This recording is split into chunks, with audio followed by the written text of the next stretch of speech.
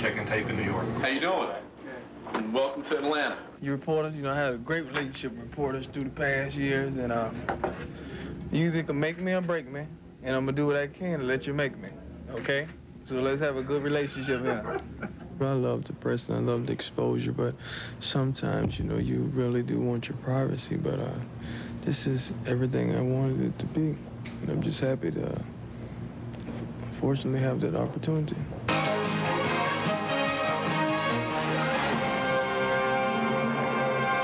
Deion, we know how hard it is to hit home runs and score touchdowns, but do you really sense the history that you just made? Well, it really haven't set in just yet, When he first walked in, I was like, oh, man, I can't believe time got Lynn Swann down here, It was quite a thrill because my mother and I, we grew up watching Lynn Swann, and she is more excited than I was probably. I sat down at the interview and I had a long conversation and a great conversation. He told me things to expect and things he experienced in the NFL. I'm not putting no more added pressure on myself, which is already, people already expect miracles every time I step on the football field. That's the way to end it. It's the Cowboys and the Falcons from Fulton-County Stadium. We'll see it right here on Channel 5. For Marion Campbell and our producers, Chip Zeller and Ed Coughlin, I'm Jeff Hullinger. Happy Sunday, everybody.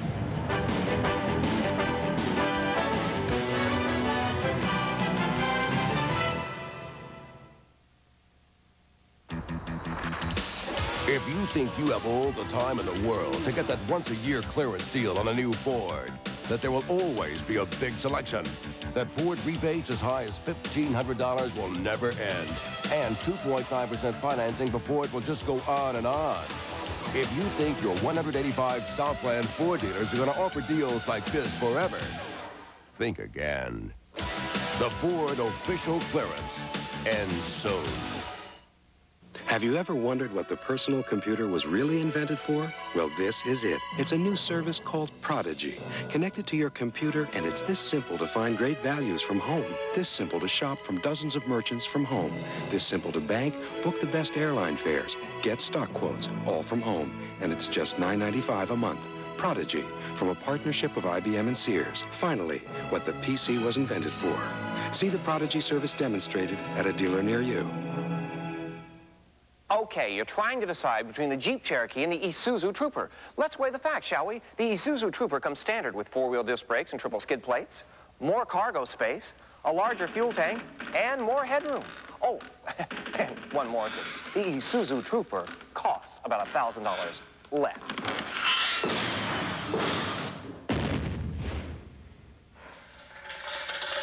Right now, you could save big bucks on the Trooper during Isuzu's Take It to the Bank sale. Meteorologist Ken Cook, only on Channel 5 Eyewitness News. Next from CBS Sports, the National Football League.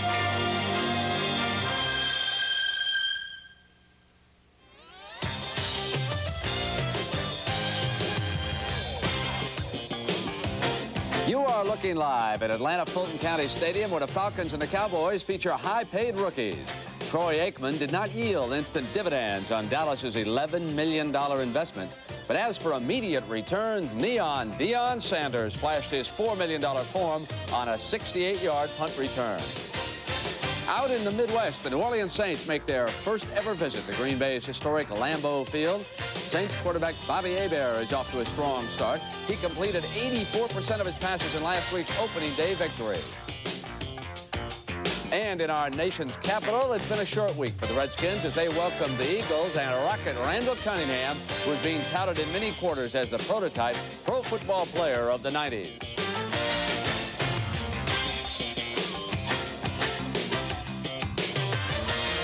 Philadelphia fans are hoping that Cunningham and the Eagles will be the team of the 90s.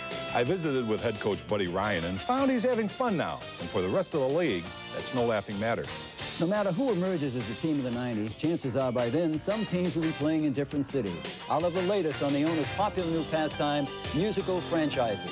It's homecoming day for two premier running backs. Herschel Walker returns to Georgia, while Eric Dickerson plays his first game in Anaheim since the trade 2 years ago. We'll talk live with the latest 10,000-yard man. All that and more coming up on the NFL Today.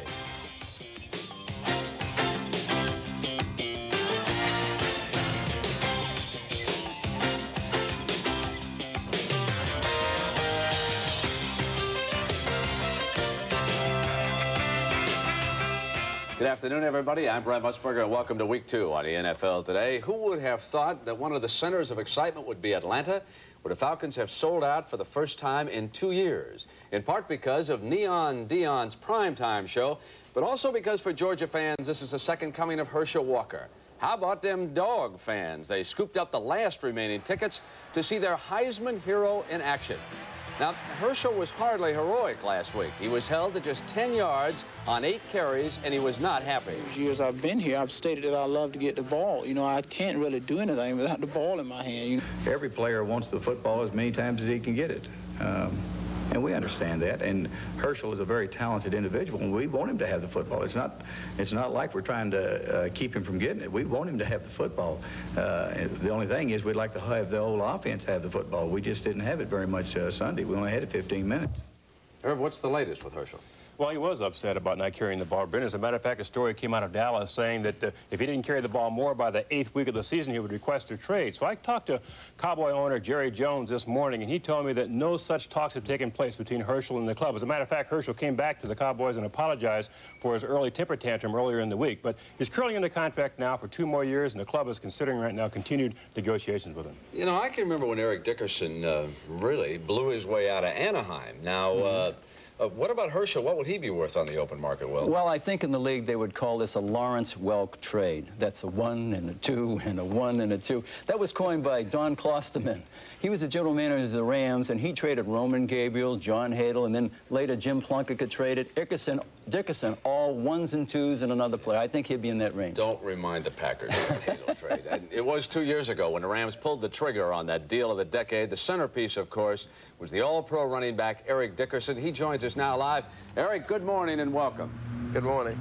Eric, when you left Anaheim and the Rams, there were some real bitter feelings. And in looking at the clips this week, you have not gotten over some of them. You have not had good things to say, for example, about John Robinson. Well, one thing is they keep bringing it up to me. I wish they let it die, but they won't. The media out here in Orange County won't let it die out. And to me, it was just a business decision, and it worked out well for them and myself, and I think the Buffalo Bills. Eric, last week, you became, if not the youngest, certainly the first back to break 10,000 yards in just over 90 games. That busted Jim Brown's record. Is one of your goals to surpass Walter Payton eventually and become #1?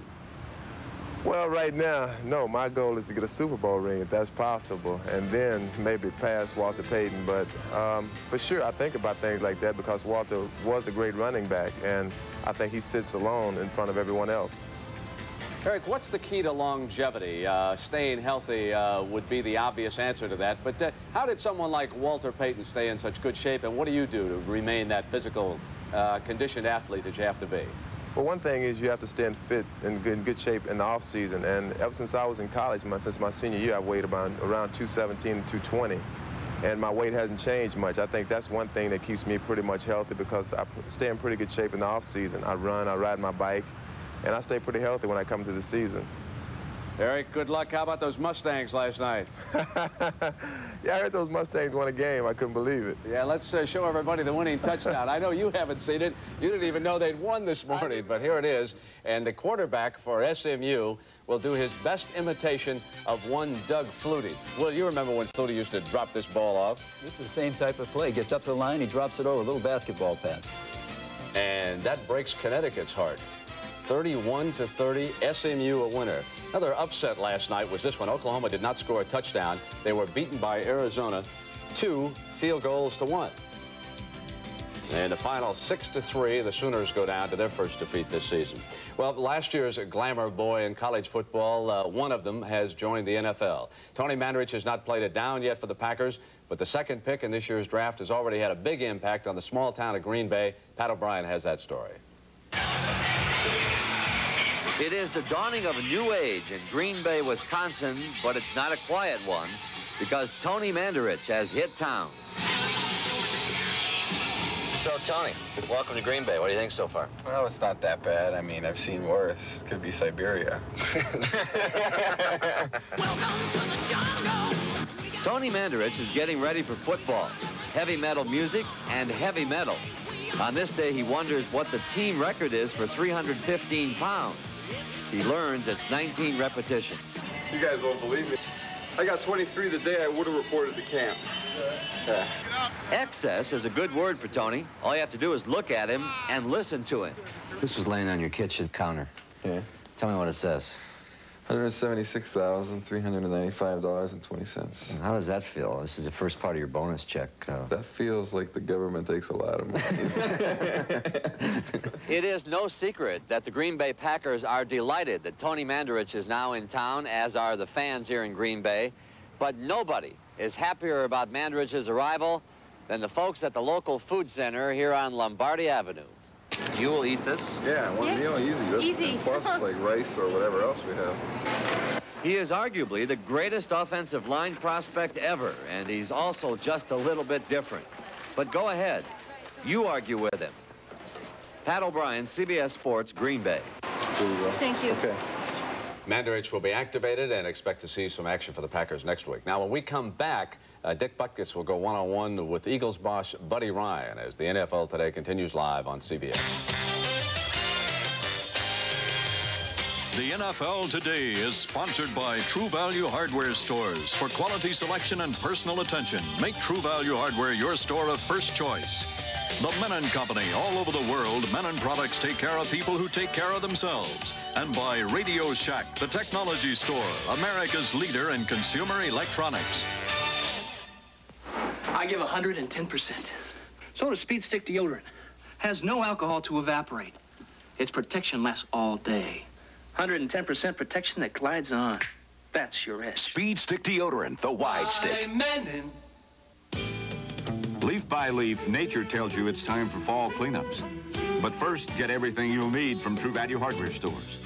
This True Temper lawn rake with steel tines is only $3.49. And get tough Service trash bags, just $2.77 a pack. A Master Mechanic 25-foot power tape rule is only $7.99. And the waterproof Tough Light by Garrity is just $4.88. And the fall preview circular from participating True Value Hardware Stores and home centers.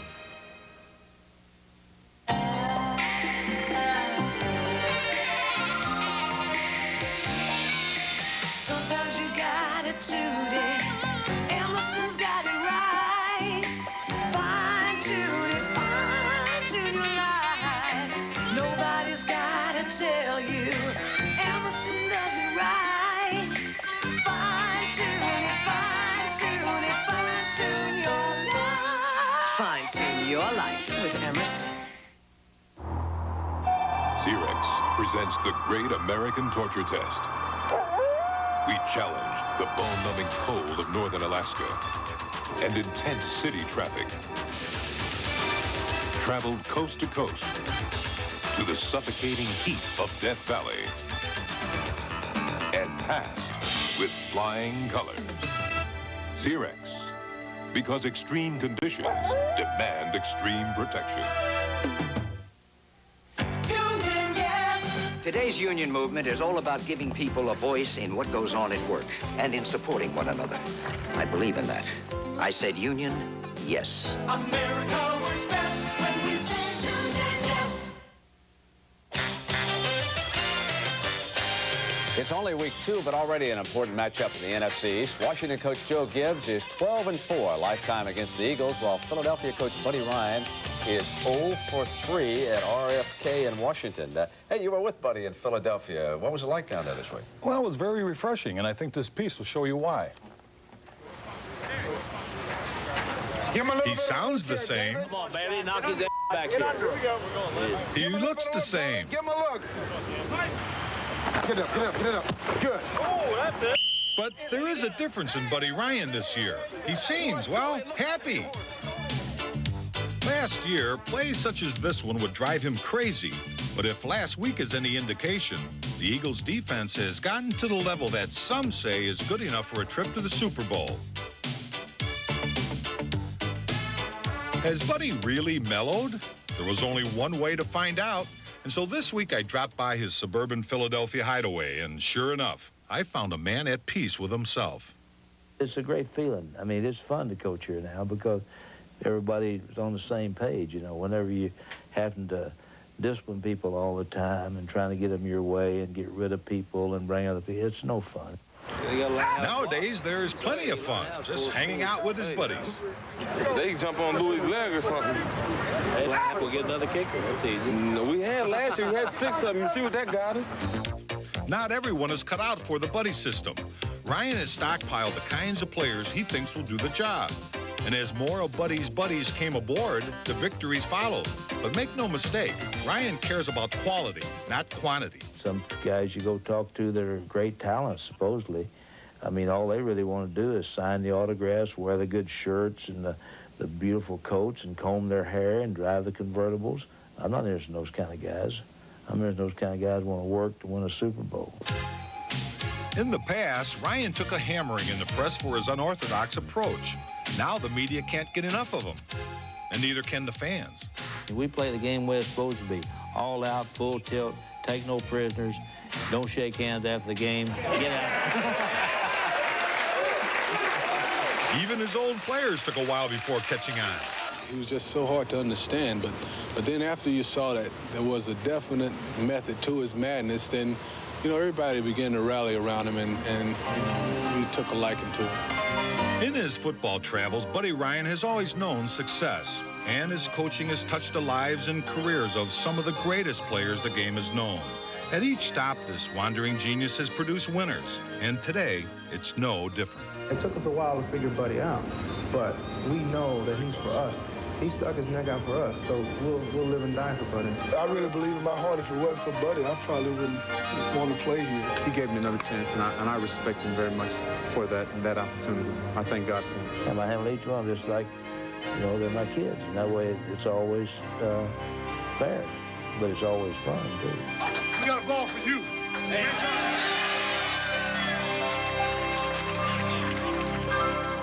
He's up against a good offense today. Well, Buddy Ryan has said publicly that he wants to improve his pass rush. Now, a lot of other linemen would start snipping and snapping that the head coach is picking on them. Not so with the Eagles.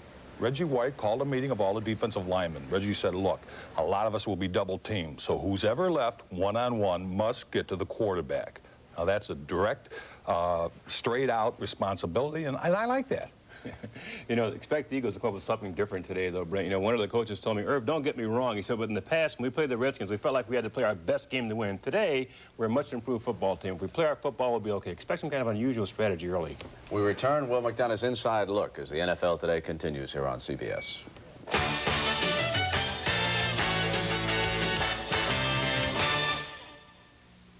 How much insulation do you have in your attic? 3 inches? 6 inches? Well, the Department of Energy recommends R38 for most American homes, which is equivalent to a foot of Owens Corning pink fiberglass. So grab a ruler and measure your attic insulation. Then get rolling, because 12 inches of pink fiberglass can help you get a foothold on your energy bills. Over its life, a Motorcraft battery delivers enough energy to light up a small park, like Candlestick Park. Shouldn't you install that peace of mind? Motorcraft quality parts from Ford. A Motorcraft spark plug has to fire 500 times a minute. Over its life, that's a spark 5 miles long. Shouldn't you install that peace of mind? Motorcraft quality parts from Ford. I used pressure-treated lumber, and I still have $800 in water damage. How come? Even treated wood needs Thompson's Water Seal protection. This patio was supposed to last for years. Now I have $1,200 in damage. Why? Your concrete wasn't protected with Thompson's Water Seal. Thompson's penetrates into wood, brick, or concrete to form a barrier water can't get past, even when driven by 98-mile-per-hour winds. Let it rain. This time I use Thompson's, a great defense against repair expense. Thompson's, the first name in lasting protection. What's the difference? It takes too long to learn to use a computer. Wrong. DeskMate makes the difference with graphics that guide you. Learning new software is like starting over. Not now. DeskMate uses the same plain English commands with different programs like load a spreadsheet for DeskMate. A computer? I wouldn't know what to do. Now you will. DeskMate makes the difference. DeskMate is simple. It's PC compatible. DeskMate is even easier on Tandy computers. The friendly face in the PC crowd at Radio Shack and participating dealers. City of Sacramento went wild this week following a unanimous vote of the City Council approving a $50 million offer to Al Davis to bring his Raiders up north to California's capital. And, Will, is he going to go to Sacramento, or is he going to go to Oakland, or is he going to stay in L.A.? What's he going to do? Well, I think this week will tell pretty much, Brent, because I understand this Thursday night in Oakland, the City Council is supposed to get this 70-page document that shows how much they're supposed to spend. And after they find out, we'll see what Oakland does after that. What about the implications around the league? Well, you know, in the 80s, Brent, you had 3 teams moved to different cities. You had 3 more teams threatened to move and stayed. All of them made out financially. They get better deals. Some are worth $10 million a year more to that team to stay. Now what you're going to see is in this decade, it's already started. Tampa Bay's trying to renegotiate. Buffalo, Ralph Wilson, the owner, told me this week, we've already sent the signal. You know, when our lease is up, we're on the way out. I think you're going to see it in New England. Every time a team is at the bottom of the financial totem pole in the league, they will threaten to leave when their lease is up. There's an agent by the name of Mike Blatt who's in some serious trouble. That's a developing story in the league, Brent. You know, Mike Blatt and his company, SunWest, out in Stockton, California, represents 40 to 50 NFL players. Now, Mike Blatt has been charged with murder out in Stockton. Families of these players have called up the league, from what I understand, and say, could you look into that company and make sure the money that our friends have in there, these players, is protected. So they're investigating that right now. You're talking about millions of dollars. Deion Sanders, speaking of millions of dollars, let's go back to last Sunday. Here he is with his second punt return of the day. Well, Deion drifts to the left, takes it on the 32, dropped it. Picked it up, one man missed him, another man missed him. Now he's going wide off to the right. Deion to the 25, to the 30, to the 35, the 40, the 45, the 50, the 45, the 40. My God, Deion Sanders is going to score. My God. Is he also going to go back and play baseball again? Listen, I knew Deion was going to make that, but I didn't know if the announcer was going to. Here's the thing with Deion that's kind of interesting. Nobody's really talked about in his contract, but if he plays baseball, the Falcons have the right to extend his contract for a 5th year. If he doesn't play baseball, it's a 4-year contract, and he can renegotiate right away at the end of 4. Hey, we made a lot out of the lottery last week in Oregon. Was it a success? Oh, I think the thing was a failure, Brent. I mean, you had 89,000 people, bet a total of $221,000. That's $2.40 apiece. They had to throw in more money to give it the people that won prizes. And I think what's going to happen are all the states thinking about lotteries, and there are a bunch of them around the country, are going to watch this for about a month and see if they want to get involved. What about Steve Pallur and the Dallas Cowboys? You know, Steve Pallur a year ago this time was the starting quarterback of the Cowboys. Then they got the 2 kids. Now they didn't need him. He held out in a contract dispute. They have tried to trade him to 3 teams: Atlanta, a week ago this time New Orleans, and Kansas City. I was talking to Jerry Jones, their owner, this week. He said, as far as we're concerned, he's going to be out for the year. We can't make a deal for him. If we did, it would be with a contender, and we couldn't get the same trade that we had with Atlanta a few weeks ago, and we wouldn't want to do it. Okay, well, when we come back, we're going to check in live with Dan Hampton of the Chicago Bears, who is an early arrivee at Soldier Field for their game later today against the Minnesota Vikings.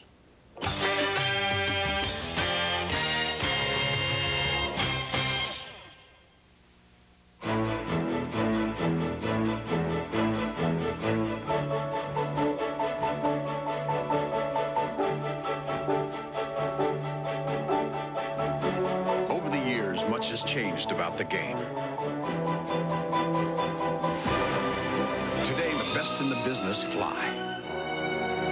And the airline that takes over 300 college and pro teams to their chosen field is United. Come fly the friendly skies. Grandma, isn't this fun? Oh. I want my Serta. Get a Serta Perfect Sleeper. The exclusive Serta surface will spoil you for sleeping any other way. I want my Serta. Sharp. When I say sharp, I mean Copiers on the cutting edge of technology. sharp. Sharp puts their most advanced technology into every Sharp copier, from desktop to midsize to high-speed heavyweight. I mean breakthrough technology. Sharp's high-impact color copier. I mean future technology. Sharp. That's why businesses have made Sharp copiers #1 in customer satisfaction. When I say sharp, I mean business. My athlete's foot kept flaring up. Put it out, it just flare up again. Then my doctor told me about Tinactin. It cures recovering athlete's foot. Use it regularly. It'll keep the fire from coming back. Tinactin puts the fire out for good. Well, this doesn't look very interesting. I mean, I thought you'd have me try something a little fancier, maybe with nuts and fruit cocktail. These are nothing but flakes. It isn't at all what I expected. I like it. Oh, I get it. It's a whole new kind of cereal. Simple and back to basics, right? I like it. Kellogg's Corn Flakes. Corn Flakes? Taste them again for the first time. Dick, I thought you'd be all enthused about the Bears and the Vikings, but you say they're not clicking on all cylinders. Well, I think after last week against Cincinnati, some of the players aren't giving 100%. I think they're so used to being able to turn it on when the game starts that with the Vikings, I bet they better be revved up before they step on the field. I'll tell you someone who gives 100% all the time is Dan Hampton. He now joins us live. Dan, good morning. What about Dick's observation that some of the players are going to have to put out a little bit more against the Vikings? You buy into that? Well, Brent, I think Dick's exactly right. I think the Bears have been so good so long that a lot of players maybe think they can go out and coast through it and, you know, come away with the win, even if they didn't give 100 or 110%, as the old cliche goes. I think today it's got to be all hands on deck to beat the Minnesota Vikings. Dan, you have really stepped up and assumed some leadership roles. This is a very young team. I noticed some of the cutaways of the game against Cincinnati. You were very verbal during that game on the sideline last week. Well, actually, I was just talking to the water boy, telling me he didn't put enough ice in my Gatorade cup, Brent. I think what it is this is a young football team. Guys like Singletary, McMichael, myself. You know, if we're going to get to New Orleans, a lot of us are going to have to really shoulder a lot of the leadership responsibility. And hey, if we're getting drove around like Cincinnati was beating on us last week, I think somebody has to stand up and say, hey, enough of this. Let's play some football. What kind of a grade did you give the coach, Mike Ditka, last week? I give Coach an A for the training camp in the first couple of weeks of the season. I think he's done everything exactly right. A lot of times, maybe the grade wouldn't have been so high, but I tell you what, the players are behind Mike 100%, and we feel like today is the day that the Bears come out and play like the Chicago Bears are supposed to. You know, the Vikings beat you not once but twice last year and embarrassed you, as a matter of fact, in Soldier Field. It reminds me of the last time I went to a restaurant with Dick Butkus. I had like a bad taste in my mouth for a long time, and I think that's the way the players are approaching this game. You know, we don't like getting beat by anybody, let alone a Central Division team twice in the same year. So I think this is the year, and you can tell Dick, I said this is the game where the Bears are going to get real big. All right, Dan, thank you very much. Will, your feeling about the Viking-Bear rivalry? I want to know, you skip out in the check again? Is that what he's talking about? I think it's... Yeah, you. We've been there with you before, you know.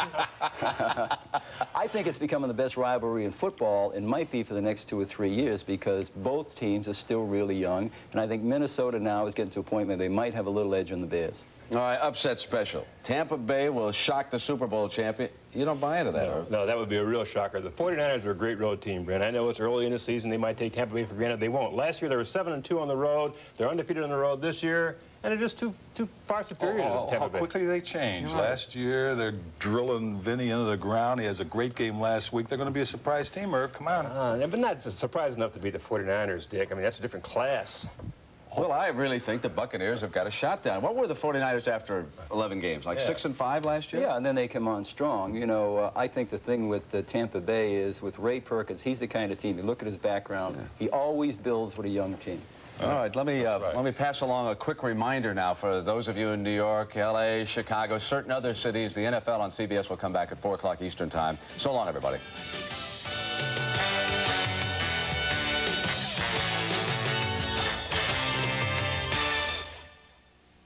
Tonight, get ready for the CBS Premier Spectacular with host Angela Lansbury, Tim and Daphne Reed of Snoops, Lindsay Wagner's Peaceable Kingdom, Richard Chamberlain, Island Sun, with Candace Bergen and the cast of Murphy Brown. We're ready. And a special sneak preview of Major Dad, all in the CBS Premier Spectacular. Then, service. When Steve Martin falls for Daryl Hannah, one thing gets in his way. Cut the thing off! Roxanne, tonight. This is CBS. The circulatory system of your car. That's where Texaco's new System 3 gasoline starts to bring new life to fuel injectors and valves. It can keep new cars running like new and actually help restore performance to older cars. You'll get more power from every octane.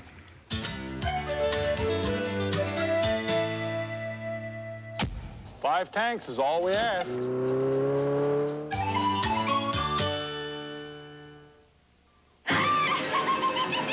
something definitely different at Crystal. Celebrate the 50th anniversary of Dorothy and Friends in The Wizard of Oz. Order a Coke for 99 cents and get a 50th anniversary Wizard of Oz glass at Crystal. Each week a different character.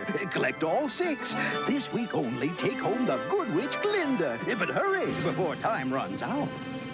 Toto, I have a feeling we're not in Kansas anymore.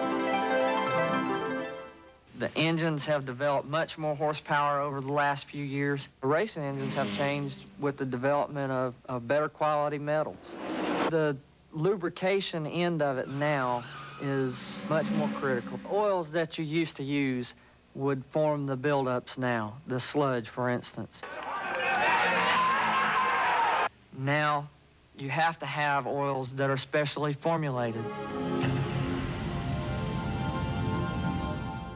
Ken Watts, weekends on Channel 5 Eyewitness News.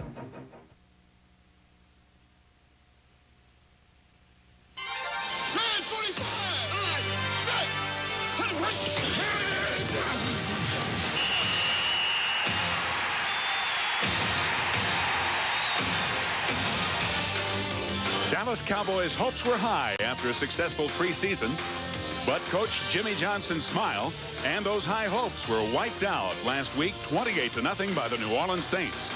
Rookie Troy Aikman survived his opening day test, but Herschel Walker only carried the football 8 times, and he's wondering why. Call him Neon Deion. Call him prime time. Call it a touchdown for Deion Sanders less than 6 minutes into his NFL career. Atlanta still hasn't recovered.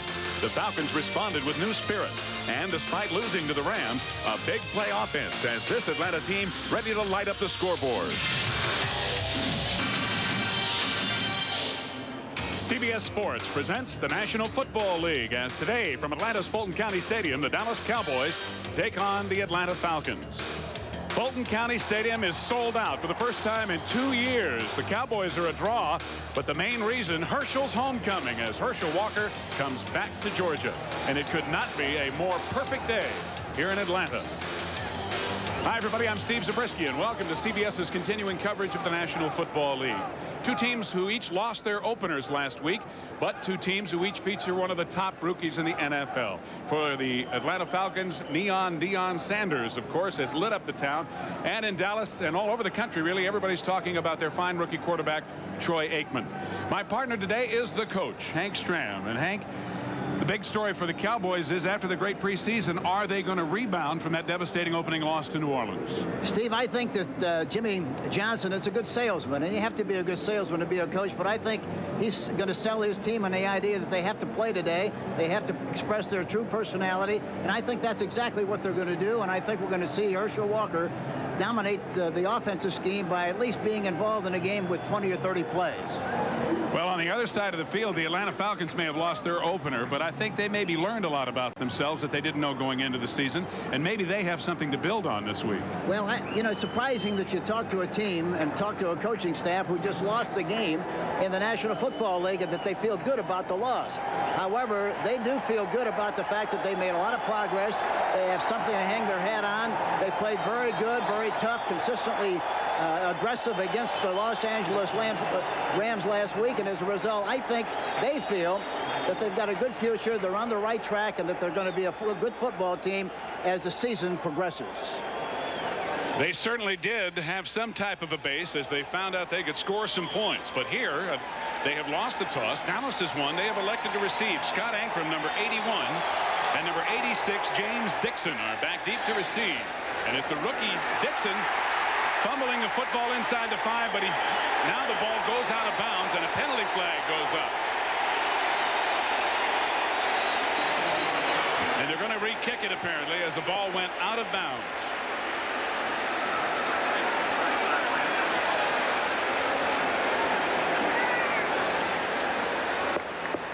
The referee today is Jerry Markbright, one of the more senior officials in the National Football League.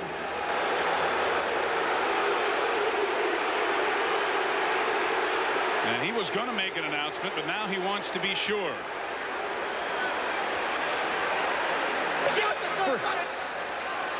Free kick out of bounds. The ball awarded to the receivers at the 35-yard line by rule. First down. That's exactly what happens in that kind of a situation. The ball goes out of bounds. You just get one shot. It goes out of bounds. The other team gets it on the 35. I think the big confusion was whether or not the ball had been touched by James Dixon and then went out of bounds. But the Cowboys have it 1st and 10 at their own 35. Herschel Walker in the backfield along with Broderick Sargent. Sargent, they think a lot of, did not start against New Orleans last week. Aikman on 1st down, incomplete. Nobody was there but Scott Case for Atlanta. Aikman, 2nd NFL start, did not do badly against New Orleans, and this is the offensive unit he will work with today. Up front, it's Tuanay, Newton, Rafferty in his 14th year, Kerr, Gogan, and the tight end Folsom. In the backfield with him, Herschel Walker, Broderick Sargent, and the wideouts Kelvin Martin and Michael Irvin are outstanding. Cornell Burbage and James Dixon in on 3rd and/or long yardage situations. 2nd down and 10, still at the Dallas 35.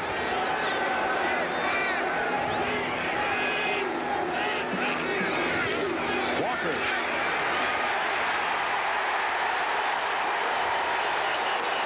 And the Atlanta defense, Andre Bruce, Tony Casillas, and others, including Marcus Cotton right there. Up front, it's Gann, Casillas, and Bryan. In the 3-4 alignment, Andre Bruce, a great rookie season last year, Rady Tuggle, and the veteran Joel Williams. Bobby Butler, Scott Case, 2 veteran cornerbacks, Cooper and Gordon the safeties, and Demry and Moore will be in there as the extra DBs. You know, Steve, you're playing at home in this kind of a game. You'd much rather start your game on defense, and that's why this game is going to be very emotional up front, defensively. And they have shut down the first running play. It's 3rd down and 10 out of the shotgun. Complete to Michael Irvin. He has a blocker. Touchdown, Dallas.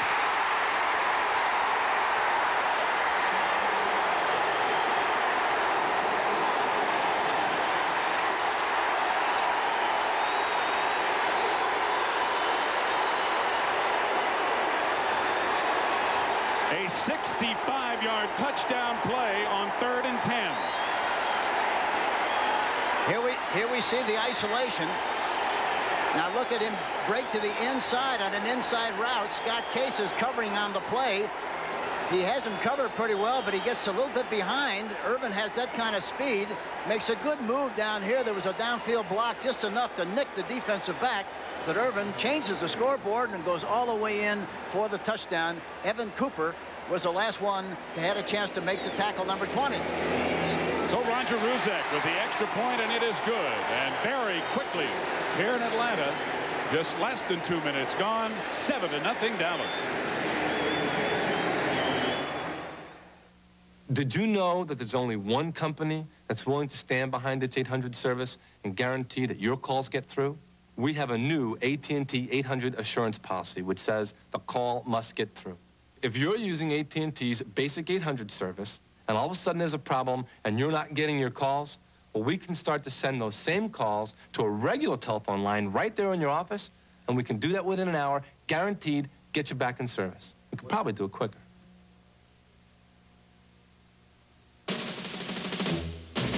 Over the past decade, all other lines of cars have led Mercedes-Benz in one crucial category: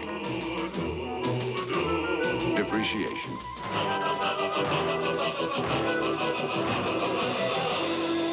Which proves that sometimes great cars finish last.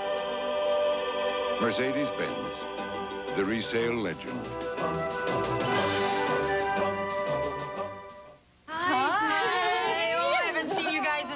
Well, we can never agree on a restaurant, right? Hey, I ordered already. I found us a great wine. Oh, a decision maker. Oh, this is wonderful wine. I had this at David's. I served this at my place. It was a big hit. You guys, I was hoping you hadn't tried it yet. Oh, come on. Look, we finally found something we all agree on, you know? I mean, when was the last time that happened? Ernest and Julio Gallo invite you to try White Grenache. It will change the way you think about Gallo. Herschel Walker was over congratulating Michael Irvin on the 65-yard touchdown pass. Dallas using only 1 minute and 11 seconds of this ball game to get their first touchdown of the year. They played 60 minutes, Hank, last week without scoring. They had one called back against New Orleans. You know, the other thing that's amazing about what happened was the fact that the Atlanta Falcons play a lot of zone defenses. You have to be patient. You have to take the trolley car and not the airplane when you play against them offensively. And to score like they did is quite an unusual thing. Certainly got Marion Campbell and Atlanta's attention. Roger Ruzick will kick it off. Back deep to receive George Thomas and Keith Jones. And it's going to be Keith Jones who takes it at about the 3. And only to the 12, Bill Bates, who has been such a performer on special teams throughout his career for the Cowboys, down to make the play. But there is a flag down on the field. And it was thrown as soon as the ball was received by Keith Jones. So let's hear Jerry Markbright's call. Illegal block, number 95, on the return, first down. There's another look at the 65-yard Dallas Aikman to Irvin. The key to the success of this play, watch the pass protection. Look at all the time he has to throw. Look at all the time in the world. Step, throw, deliver, follow through. And I might add, really looked like Scott Case had a chance to make the tackle and just missed the tackle on the play, and the rest is history. But I might add, Steve, that I talked to Jimmy Johnson on the field before the game, and he said he went over to the linemen personally and talked to them about doing a much better job this week from an overall blocking standpoint. He certainly did that time. John Settle hanging straight ahead, getting a yard or two is all out near the 9. Ken Norton and Jim Jeffcoat on the stop for Dallas. Miller just had a superb week, a career high, almost 300 yards passing. And here's the unit he'll be operating behind today. Up front, they're for the most part young and somewhat beat up and a little bit out of position. Ken, Robinson, Dukes, Freilich, of course, he just came back to camp. Settle and Lang in the backfield, and they've got some great wide receivers, Haynes and Collins, both out of northern Arizona. Collins, a rookie who had 6 catches last week. 2nd down and 7. Miller's first pass too tall, intended for Michael Haynes. He had some pressure from Ed Too Tall Jones. Let's look at that Dallas defensive unit. Of course, Too Tall, unbelievable, in his 15th year. Willie Broughton out of Miami. Hamill, who is starting this week, and that's an interesting story. And Jim Jeffcoat up front. Burton, Lockhart, and Norton at the linebackers. Eugene's been around a long time. Then in the secondary, Everson Walls, the veteran, Williams, Horton, and Albritton, who's getting a start at strong safety, with Francis and Hendricks, the nickel and dime package.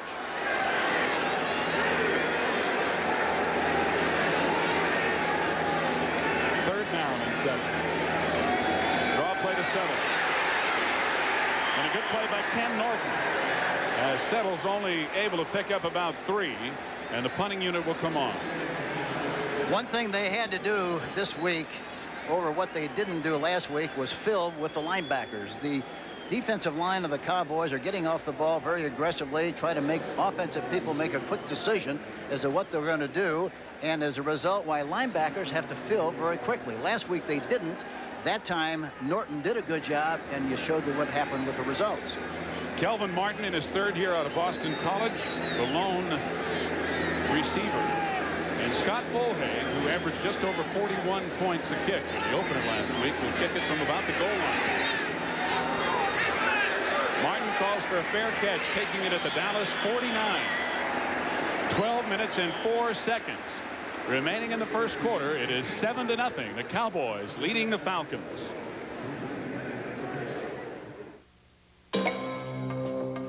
Recently, Road and Track magazine concluded a search for the world's 5 best cars. After exhaustive testing and analysis, they chose 4 exotic sports cars. And even more significantly, only 1 sedan. The Mercedes-Benz 300E.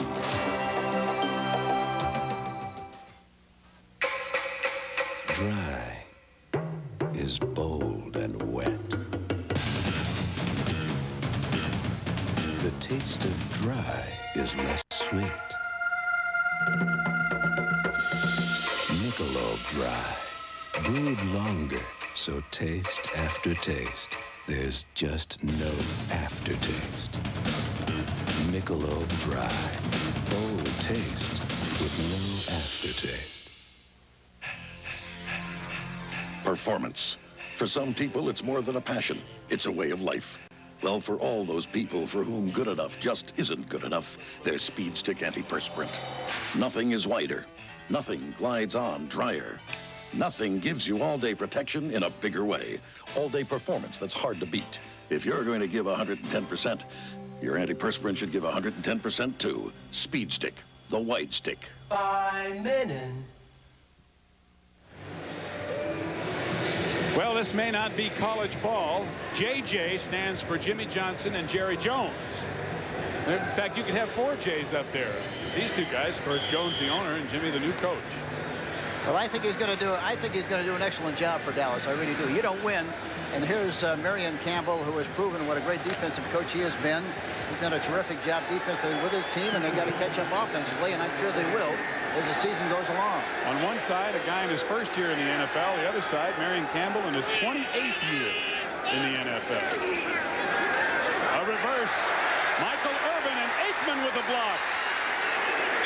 Irvin gains about 5 before he's run out of bounds by Robert Moore. Now let's go to Brent Musburger in New York for an NFL Today update.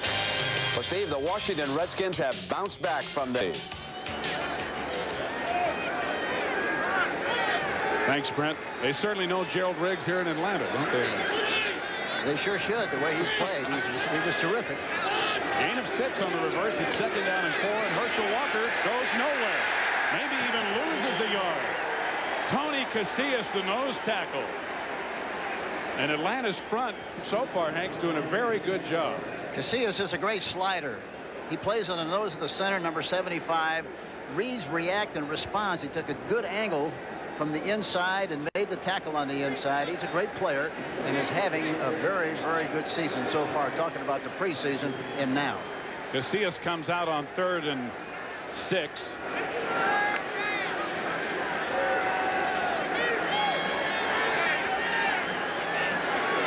As Herschel lost yardage back to the 46. Really about 5.5 yards to go. Aikman from the shotgun. Incomplete. Bobby Butler. And now a penalty flag goes down late, and Butler's upset. Initially, there was no flag. A very close play. And then late, a flag is thrown in, and it looks like it's going to be interference against Butler. Well, it might be. Usually what happens in that kind of a situation, Steve, the left hand. Pass interference. Defense. Automatic first down. Watch what happens here now. We'll see if Butler goes over the top and gets him in the back. Well, you can't see for sure. Boy, it was close. The official closest to the play was actually behind Butler. The official on the far side of the field is the one who came in and threw the flag. And that's the case usually when he sees him hit him with the left hand. So now it's a first down Cowboys at the Atlanta 41. Dallas leading 7-0 in the first quarter. Aikman the pass. Good protection and overthrown. Kelvin Martin was coming back for the ball, and it looked like Aikman thought he was going to continue up and out. Scott Case was covering. Looked like there was miscommunication on the play, as you just mentioned. Troy thought he was going one way, and the receiver thought he was supposed to go to the other. That time, the play action fake inside. Reedy did a good job of selling the run, and he had pretty good protection on the play. But it is now 2nd and 10, still just outside the 40 of Atlanta. 10:55 to go in the first quarter. Walker. Again, nowhere to run. A penalty flag down again in the Dallas backfield. Scott Case coming up on the tackle of Herschel Walker. And although he doesn't look it, Scott Case, whom in street clothes you wouldn't even think he was a football player, one of the hardest hitters in the NFL. We'll see what the penalty is.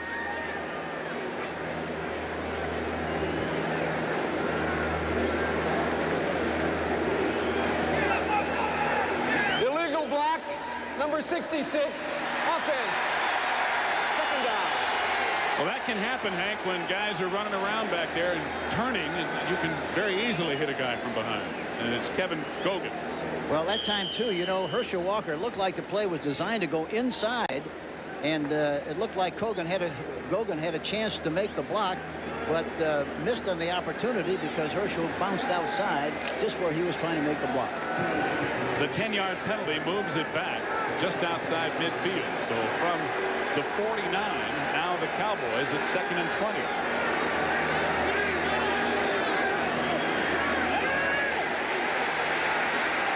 Irvin hit immediately, dropped by Bobby Butler. A gain of about 7 or 8, gain of 9 actually on the play. So almost the penalty yardage. It'll be 3rd and 11. Jimmy Johnson must have done a good job of selling. Look at the cushion of the defensive back, Bobby Butler. He's given him too much ground.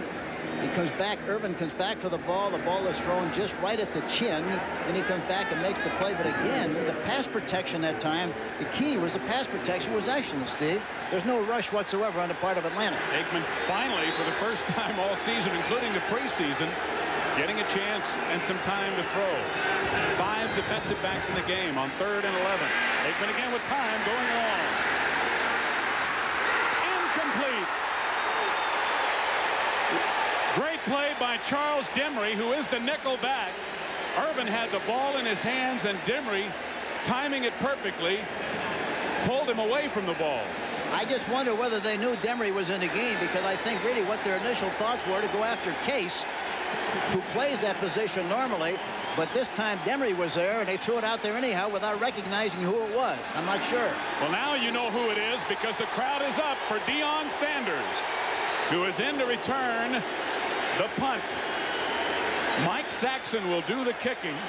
Sanders with a 68-yarder for a touchdown in the opener last week.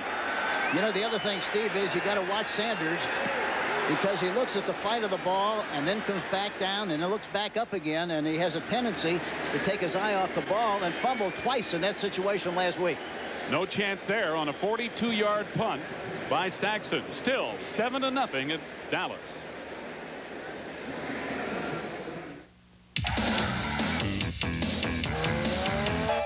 National champion Irish of Notre Dame next Saturday on CBS Sports. Deion Sanders last week told the specialty teams that if you ran a kickback, he would either give them a Gucci watch, a bracelet, or money. And they decided they wanted the Gucci watches, so that's exactly what he did. Now, I don't know whether he's giving it to them yet. I think he's looking around the area to see if he can get a good price. He told me he wanted to go down to Florida. He'd do better than here. No gain on the first carry. It's 1st and 10, Atlanta from the 20. Gene Lang, the ball carrier, stopped by Dean Hamill at defensive tackle, getting the start in his 5th year out of Tulsa. And Dean Hamill, I think, is going to be a terrific player for the Dallas Cowboys. I saw a lot of him when he played for the Washington Redskins. They liked him very, very much. He's aggressive. He's a kind of a defensive tackle you like. He's very emotional, very intense, and I think he's going to be terrific for this Dallas Cowboy team. 2nd down and 10, still at the Atlanta 20. The Cowboys lead it 7-0. John Settle, good hold. Across the 25 to the 26.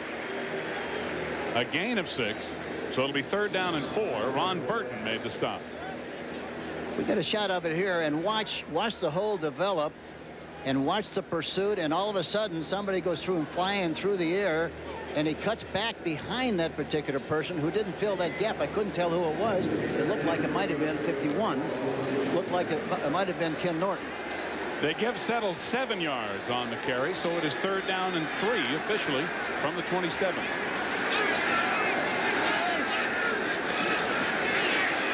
Chris Miller rolling from the pressure.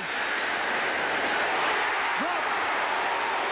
Stacey Bailey had it in his hands and dropped it. Robert Williams on the coverage for Dallas. It'll be 4th and 3, and the punting unit on. You know, those kind of balls, it was in his hands, but his hands were not right. His hands were not right to catch the ball. The left hand was in the wrong position, and as a result, the ball came down and fell incomplete. But that's a catchable ball. Those are the kind of balls you got to make. Those are big play catches. He should have made that catch. Atlanta would have been in good field position and would have had the first down. So now full punt, and Kelvin Martin back to receive, standing near his own 30. Fulhag hangs it high, and Martin's going to call for the fair catch and takes it at about the 38. 7-0. Dallas leading a 35-yard punt, and we'll be back. How much insulation? To run the ball and play good defense in order to be successful. We'll look at Herschel Walker and John Settle, and look at the percentage of offense they produced last year for these two teams, and that neither team has been able to get going so far this year, and it's really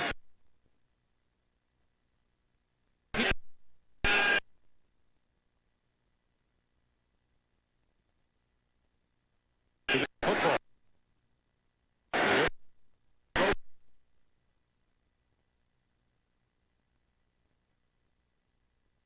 Success letting those guys and making those guys run the football. Here goes Herschel, trying to pick his way, but there are a lot of white shirts there, and Herschel maybe got a yard.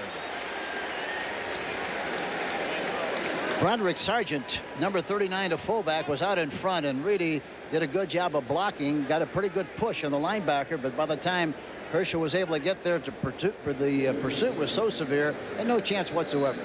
They gave him his forward progress of 3 yards, so it'll be 2nd and 7, and the CBS Sports Wire will be keeping you up to date all afternoon of what else is going on around the National Football League. Ball at the Dallas 41. A penalty flag goes down. And again, Herschel can't find anywhere to go. He fumbles the football. Bobby Butler has it. Butler into the end zone, but remember, there is a penalty flag down. If the penalty is not against Atlanta, it would be a 30-yard fumble return for a touchdown. We will see. They're talking about it now, and it certainly couldn't have been in the grass thing.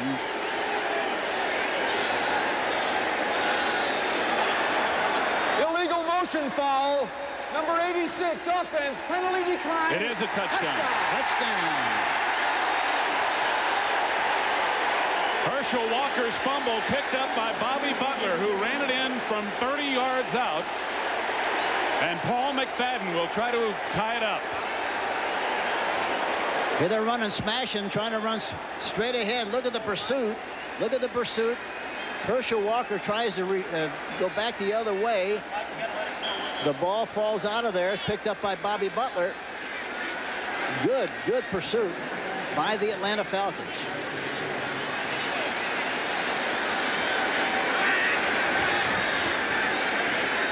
So here's McFadden.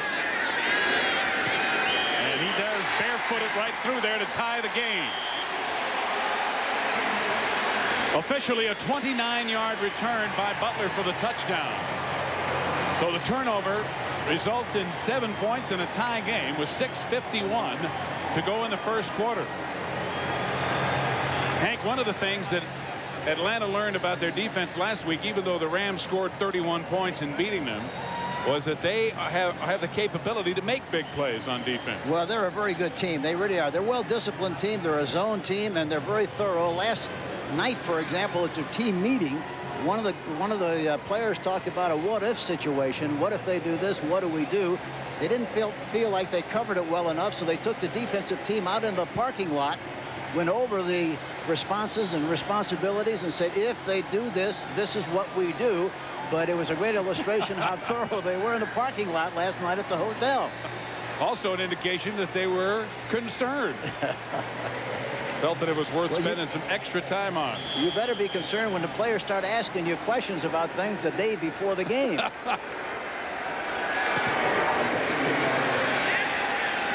Dixon at the goal line.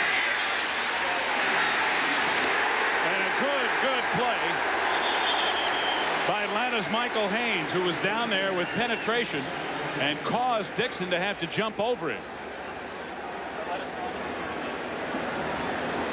Steve Zabriskie and Hank Stram with you in Atlanta. The homecoming of Herschel Walker back to Georgia for the first time as a professional. We have 6:42 left to go in the first quarter, and we are tied at 7 as the Dallas Cowboys and the Atlanta Falcons are each looking for their first win of the year. You know, it's a funny thing about that first game. When you lose your first game, you have all kinds of things go through your mind, and we'll go over that in a few minutes. Here we start this play.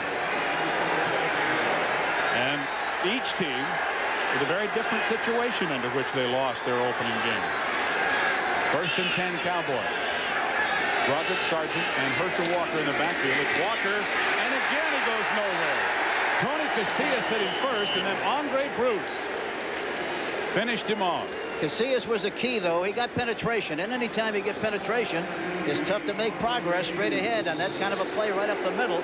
It looked like he took a shoulder, and in the process, it looked like he might have got a bruise in the shoulder area or the arm, but he's coming off the field at this particular time. Either that or it's an equipment problem. Well, they might have broke a strap. Mike Gann, number 76, is into the game, replacing Casillas. Walker gained 2, so it's 2nd and 8 at the 19. Again, Aikman has good protection. Juggling catch by Walker. Joel Williams chasing him and trips him up. Herschel to the Atlanta 29. A 53-yard pass play. And here again, the pass protection was very good again. Troy Aikman has had plenty of time to throw the ball, step and throw. There you see Herschel on the inside making the catch.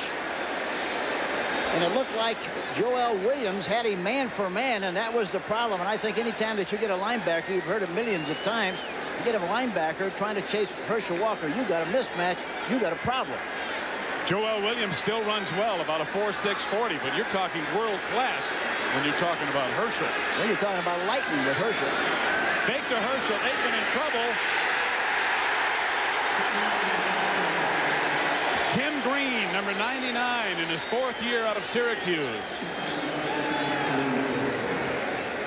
He comes in on passing situations and has really been an excellent player for the Atlanta Falcons.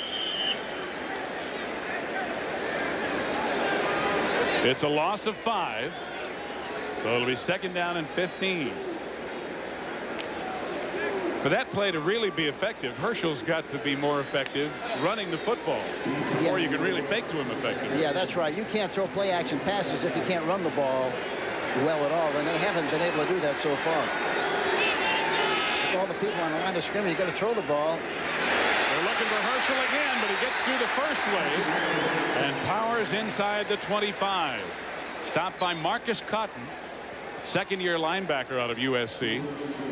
But that's the first significant gain that Herschel has made, a 9-yard run. Well, there was a good push on that side. Mark Tuinei and Newton on the left side did a good job of creating some running room. And there was a gap there, and, of course, that's all Herschel needs. He hit the gap and made good yardage on the play. I thought at first he was going to lose yardage because there were a lot of folks over there that time, Steve. Well, you can see Herschel with only 4 yards net rushing because of the losses. It is 3rd down, 5 yards to go. Charles Dimry in, number 22 in the defensive backfield as the nickelback for Atlanta. Out of the shotgun. Again, a fake to Herschel. Aikman with a 1st down. Robert Moore on the tackle. But boy, Troy Aikman is some kind of athlete, huh, Henry? Yes, he is. And of course, you know, that play was a good play because the Atlanta Falcons were in a 4-man line. They had 7 guys in the back defensive secondary, all spread out all over the place, expecting pass. And of course, he faked the draw, was sold them on the idea they were going to run inside, and he kept it and ran himself and made the necessary yardage for the 1st down. A good call and great execution on the part of the Cowboys. 1st and 10 at the Atlanta 17. 7-7 tie in the first quarter. Roderick Sargent. A block from Herschel. And Sargent inside the 15. Joel Williams and Ricky Bryan make the tackle. Herschel that time was leading the play and tried to make a block and had a great effort, but whoever it was, I couldn't tell whether it was Williams or not. Somebody really straightened him up. straight up in the air, and he couldn't get any kind of a push at all on the play. This is now the 7th play in this drive as the Cowboys started deep in their own territory after the kickoff following the Atlanta touchdown and fumble recovery by Butler. Irvin in motion. Walker met at the line of scrimmage and thrown back by Jesse Tuggle, but a penalty flag is thrown down. Tuggle and Casillas wrapped him up, but a flag was thrown at about the same time they hit Herschel. And that's the epitome of fame, isn't it, Hank, when you can be known by your first name? That's right. All you have to say is Herschel. We're like Martina in tennis. We'll see a replay here. Hopefully we'll see Casillas. I don't know what this discussion's about. Joel Williams is a defensive captain, and he and Jerry Markbright, they're talking about whether or not they want to accept the penalty. And you see Marion Campbell say, wait a minute. He's first of all, he said, move him back.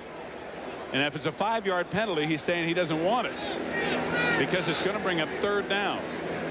Illegal motion, number 88, offense. Penalty decline, 3rd down. So that was the hang-up. They were trying to find out if they wanted to accept it or not. Here's the play again. Watch Casillas, number 75, on the nose of the center.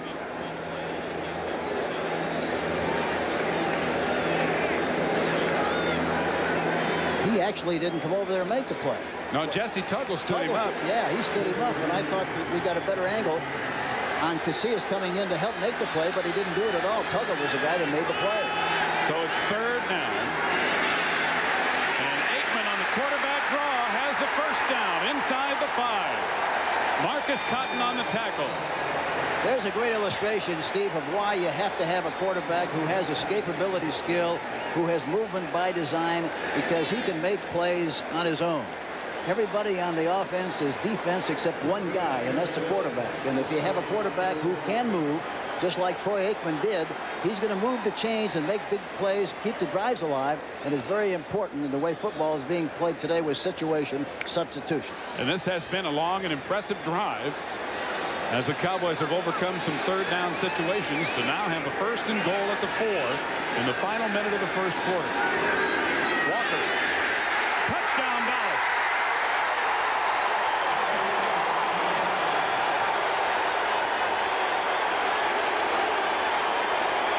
The Cowboys regain the lead on a 4-yard run by Herschel. And it was good blocking at the point of attack. Kevin Gogan. Kerr, they got a good seam in there. We'll see it here. Look at the good push-out block on the outside. And he goes through the arms of a tackler. And that's what he talked about yesterday. He said that, you know, I'm strong enough where I shouldn't permit anybody to tackle me with an arm tackle. There was a great illustration of it. They got a piece of him, but he ran right through the arm tackle. Roger Ruzek converts the extra point out of Mike Saxon's hold. And it is now 14-7 Dallas as Herschel gets his 1st touchdown. And, of course, his big reception, the biggest play in the drive. The Cowboys, Hank, are such a different team this year than they have been really for their entire history. Lots of things have changed from the owner. Of course, 3 new quarterbacks, 2 of them are rookies. 7 coaches, as Jimmy Johnson has brought in most of his staff, and that's the norm. 9 new starters, 20 new players, and of course, the most important thing to many people, 23 new cheerleaders. It's important to the cheerleaders. So lots of changes for the Cowboys, but you had to expect that with the changing of ownership. Well, once you do, you make a change. Well, you have to make the change, and a lot of people don't like it at the time when they are involved in it or live with it, but that's what you have to do, and eventually this team is going to come back and bounce back and enjoy the same kind of success they had in the past under the great leadership of Tom Landry and Tex Schramm. A 9-play, 83-yard drive. To the left of your screen, Keith Jones, and to the right, George Thomas, waiting for Ruzek's kickoff. 56 seconds remaining in the 1st quarter.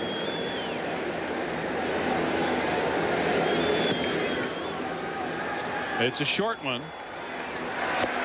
Jones takes it at the 6. Finds a seam and gets to about the 24 as he goes down. He is blasted, but no flag. Robert Williams on the tackle. An impressive drive for the Dallas Cowboys, and of course Walker, that 54-yard pass reception, and then he culminates it with the TD run. Well, that's the thing about a great back like Herschel Walker. You know, you might stop him on a play or two or three or four, but you have to keep giving him the ball, and all of a sudden when you think you've got him stopped, well, all of a sudden he'll break one for a big play, either with a run or a pass, and get him right into a football game, and that's what he's done so far. The Cowboys using almost 6 minutes on the clock, something they were unable to do last week against New Orleans. Chris Miller to throw on first down. And he completes it. Michael Haynes sliding out of bounds at the Dallas 40. Chris Miller avoiding the pressure from Jim Jeffcoat. We'll see a shot of it here from the end zone. Look at all the space in the middle. Play action fake with a crossing pattern. But he gets a little pressure up the middle, but has enough poise and the ability to move up into the pocket and makes the catch. And it's a 16-yard gain to the Atlanta 40 and their first down of the day. 38 seconds remaining in the first quarter. Dallas by 7. Quick out to Haynes. Complete. And he's hit immediately by Everson Walls. His forward progress will bring it to the Atlanta 46. But the clock is running, and we'll see if they get another play off as we're down to 21.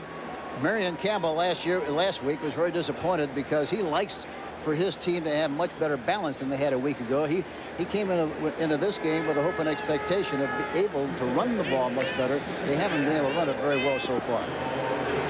They have clicked on the last 2 passes, however, and as you see, it looks like time is going to run out here in the first quarter. So 1 quarter of the game is gone, and it is 14-7 Dallas leading Atlanta.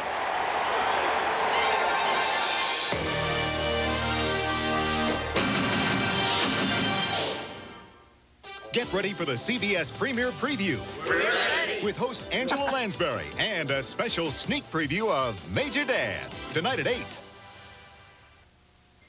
Mike Denton, Gayla Vaughn have come together pledging and honoring their life with each other. I now pronounce you husband and wife. You may kiss your bride. Hi, I'm Roger Staubach. This is a very special wedding. It's a dream come true that you all are a part of. The story really started 16 years ago when a little girl named Gayla Vaughn faced critical open heart surgery.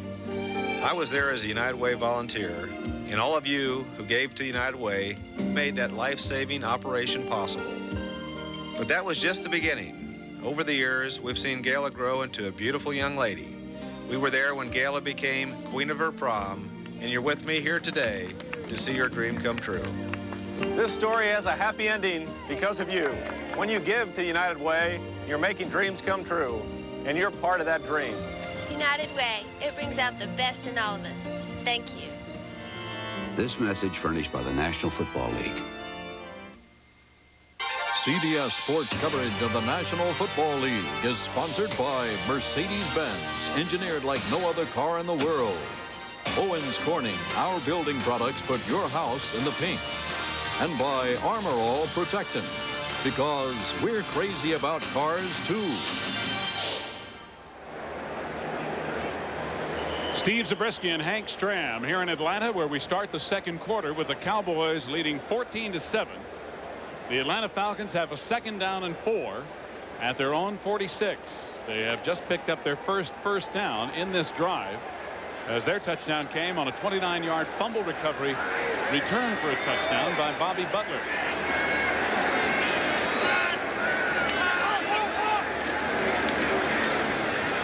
Miller with time, hits the tight end Ron Heller, and Heller has the first down as he dances into Dallas territory. Everson Walls and Ed Jones had some pressure, but Chris Miller got it over him. Talking to Heller yesterday at our meetings was kind of interesting because he played with the 49ers last year on the Super Bowl team and made a very strong contribution. He talked about the change here, likes it very, very much, and thinks that he's going to be a more integral part of this offense as the season goes along because of the style of passing that they employ here.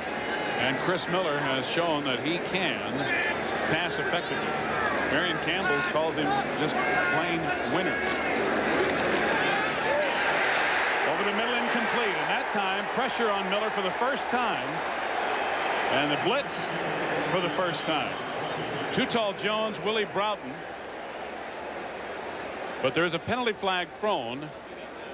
And it appeared to have been thrown by the umpire behind the defense, which oftentimes could be holding. And the blitz was coming from the outside, and they didn't pick him up. That's why he almost got hit before he threw the football, and wisely got rid of it before he did get hit.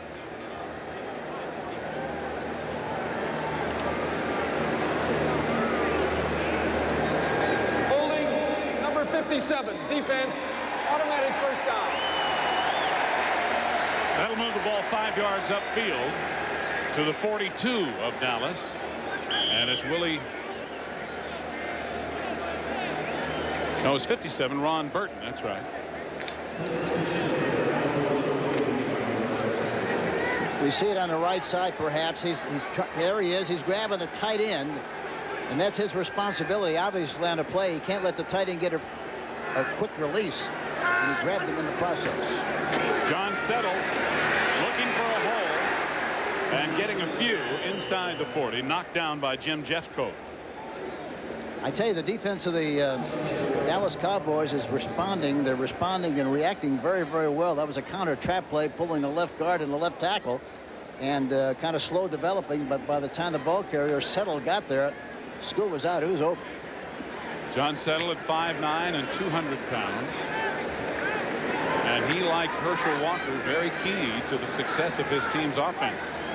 Chris Miller now with 2nd down and 7 at the Dallas 39. Fake draw. Complete to Heller, but short yardage. Not enough for the first down, as a gain of about 3 to the 36 is all. Vince Albritton starting at safety with the stop. Miller has a good feel for pressure. That time, Too Tall Jones was coming in on his right side. He didn't look at him, but he fell him and got rid of the ball just in time. And then, of course, the tackle pushed him beyond the quarterback as Gogan. And as a result, not Gogan, but I'm sorry, the right tackle for the Atlanta team did a good job of blocking on that particular play. But now it's another 3rd down. 3rd and 3. A reverse to Michael Haynes. Not much room, and Shannon wraps him up. Robert Williams came up quickly, but Randy Shannon, the rookie out of Miami, made the majority of the hit, and it's going to be right at the line of scrimmage. Here's a reverse play now, and Shannon, number 94, coming from the right side. There's the reverse. And now you'll see Shannon coming from the inside. Good pursuit angle. There he is. And wraps him up along with the cornerback who came up. It looked like Williams came up and made the tackle low. Scott Fulhag will punt it away. The line of scrimmage is the Dallas 35, so we'll see if he wants to punt it out of bounds or just hits it through the end zone. Fair catch called for at the 12. So kind of an unusual punt. 23 yards is all.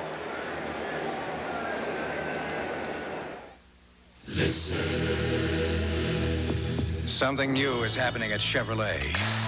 This year we'll introduce more new ideas, innovative new engines, and bold new shapes than ever before. In 1990, you'll see why nobody's winning like the heartbeat of America.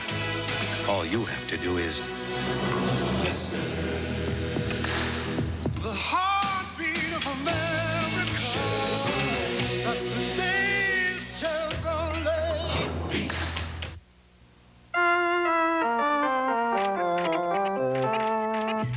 Every milestone deserves a new look at your insurance and financial needs with your MetLife representative.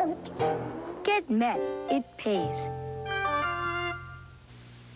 You can see the dream of success in the eyes of people all across America. At Citicorp, we understand the dream. That's why, as Citicorp and Citibank, we've become America's largest financial services organization, already helping 1 in every 5 American families, with more home mortgages, more student loans, more MasterCard and Visa cards than any other company. We'd like you to get to know us better. Citicorp, because Americans want to succeed, not just survive. This NFL Game Summary is sponsored by Citicorp, because Americans want to succeed, not just survive. Story of the game. Herschel Walker, a big play. Walker fumbled that led to an Atlanta touchdown, but Walker also with a big pass reception and a touchdown to put the Cowboys back on top. We're just underway in the second quarter, 14-7. Dallas leading Atlanta. And we talked, Hank, about how it is imperative, really, for both teams to have a running game going. So far, it really hasn't been the case. And again, it's big plays that have made the difference. That's always, yeah, that's what's happened so far in this game. But the defenses of both teams have really been super. Really have made it tough for each one of the teams to run the ball. Dallas 1st and 10 at their own 12. The second time they've had to start inside their own 20. And it's Walker banging straight ahead. Breaking tackle, still running. Vintage Herschel as he's out across the 25 before the safety Bobby Butler brings him down along with Evan Cooper. Here he is going through the revolving door right up the middle on the play. A good push on the man on the center. He goes through a would-be tackler. Another would-be tackler. Looked like Brian on the play, trying to make a tackle, number 77 from the backside. He doesn't, and goes through there for the first down. A great run, great effort by Herschel Walker. That's just good running. Herschel again, banging in the backfield, but stopped behind the line. That time, Bobby Butler said, I'd rather make the tackle at this side of the line of scrimmage than 11 or 12 yards the other side of the line of scrimmage. Now he's looking at his helmet to make sure it wasn't broken on the play. I'll tell you what. Something happened. You bang bodies with Herschel, you're probably not going to win. And Dallas on 1st and 10 have had the opportunity to run the use plays on 1st and 10 times. They've run the ball 8 times and passed only twice on 1st and 10. Now it's 2nd down and 11 as Walker lost 1. Aikman again with good protection and swings it out to Johnston. Darrell Johnston, a rookie out of Syracuse, tripped up by Scott Case as a swing pass will net about 5, and it'll be 3rd down. That's a touch pattern, Steve. You know you have to throw it out in front of the receiver Johnston. In that particular case, he got it out there in front beautifully. If he get it out in front, he makes the catch and continue to run. If he could throw a little bit behind him, of course, then it impedes his progress, and he has a hard time getting back on course again and making the yardage that he should. Dallas with a 3rd and 7 after the gain of 4. They have converted 3 of 4 3rd down conversions. And Aikman will operate from the shotgun. The crowd is not loud enough for him to use his silent count. Blitz is on. Incomplete. Robert Moore almost had an interception, and Albert Shelley was coming hard with a safety blitz. Here we see it again. Back in the shotgun. Watch the pressure coming here from the outside left, but he had the presence to throw the ball, but in the process almost had an interception. Almost had it intercepted. And prime time is out, inciting the crowd, as he likes to do. He did it at Florida State, where he had a great collegiate career. Now watch his eyes and watch what he'll do. He'll look up at the ball as the ball is coming down. Then he'll take a quick look at the people chasing him down the field. Then he'll go back up for the ball, and sometimes he'll miss. Fair catch at the last second. What a punt by Mike Saxon. A 52-yard punt that hung up there so long, Sanders had no chance to return it and called for the fair catch at the last second.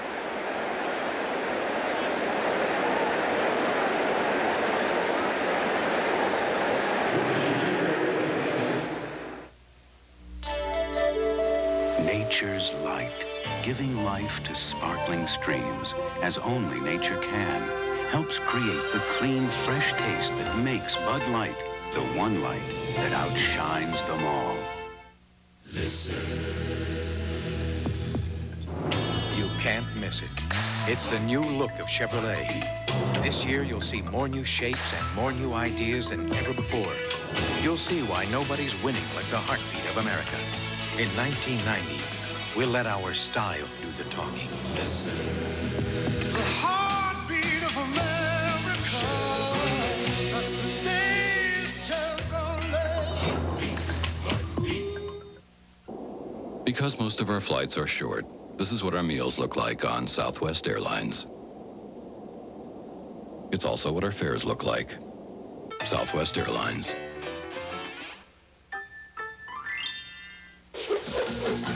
Southwest Airlines has one of the best on-time records in the country. Mr. Smith, you're early. Just something to remember. Southwest Airlines.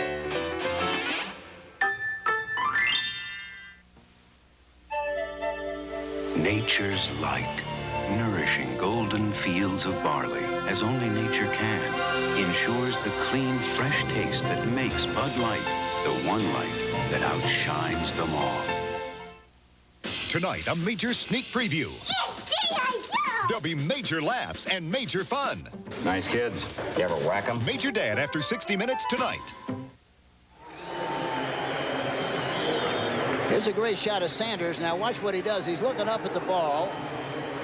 Then he looks back down. Then he looks back up. And in the process, almost loses sight of the ball, catches it way lower than he should have, and that's why he's had trouble catching punch. He wanted to wait till the last possible second before calling for the fair catch. He did, and Barry held on. Miller on first down, and completing it, Michael Haynes, who has been his favorite receiver today, covered by Robert Williams with a big gain and a first down on first down, a 17-yard gain. Haynes made a good selling job of acting like he was going to go deep. Williams took the bait when he cut in front of him, and the ball was right on the money for a big play and a nice catch.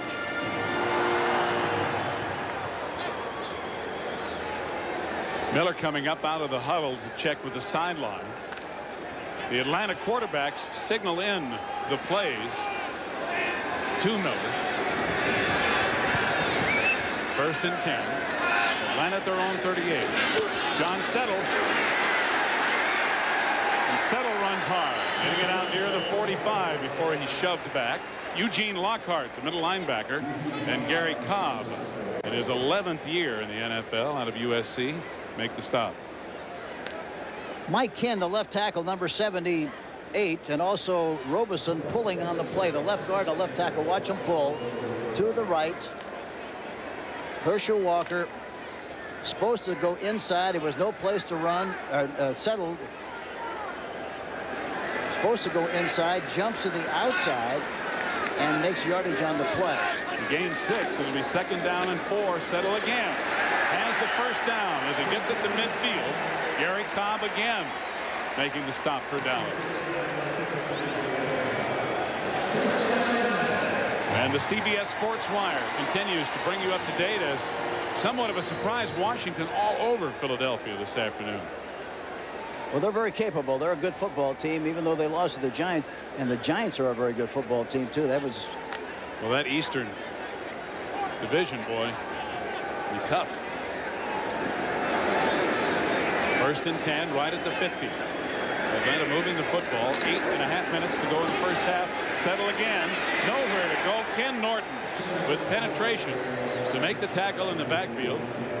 A loss of about 1 on the play unless they give him some forward progress.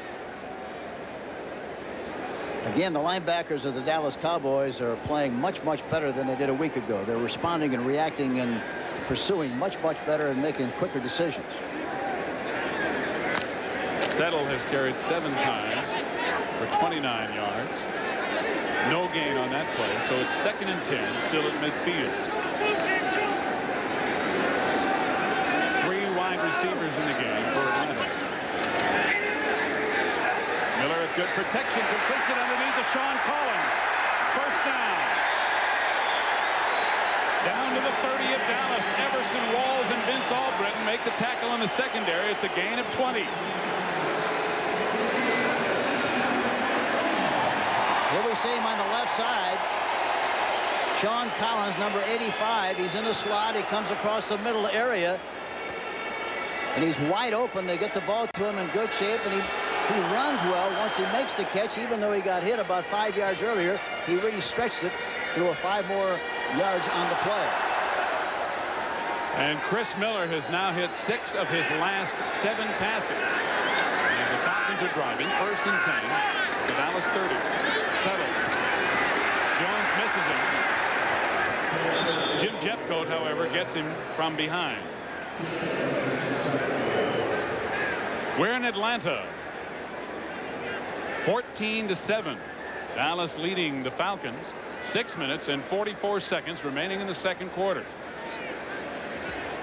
And Atlanta is finally getting their ground game going, Hank, and that's key for them, and that's what has kept this drive going.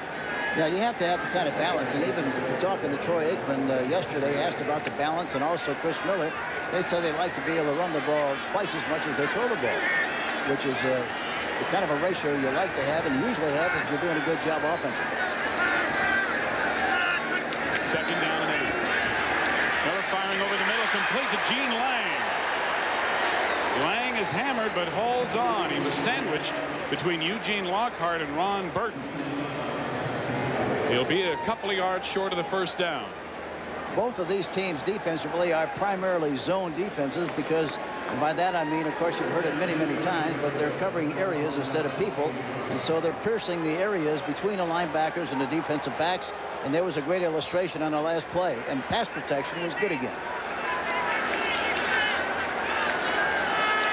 2nd down, or rather 3rd down and 2. 3rd and 2 at the 22 of Dallas.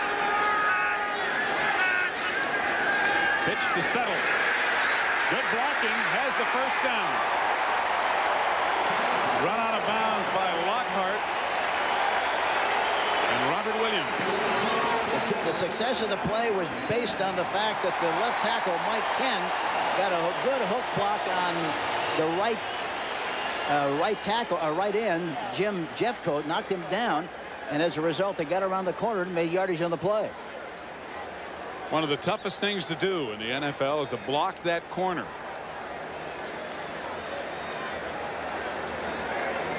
You saw the big, broad back of Houston Hoover. There was a lot of conjecture as to whether he would start at tackle with the banged-up Atlanta offensive line.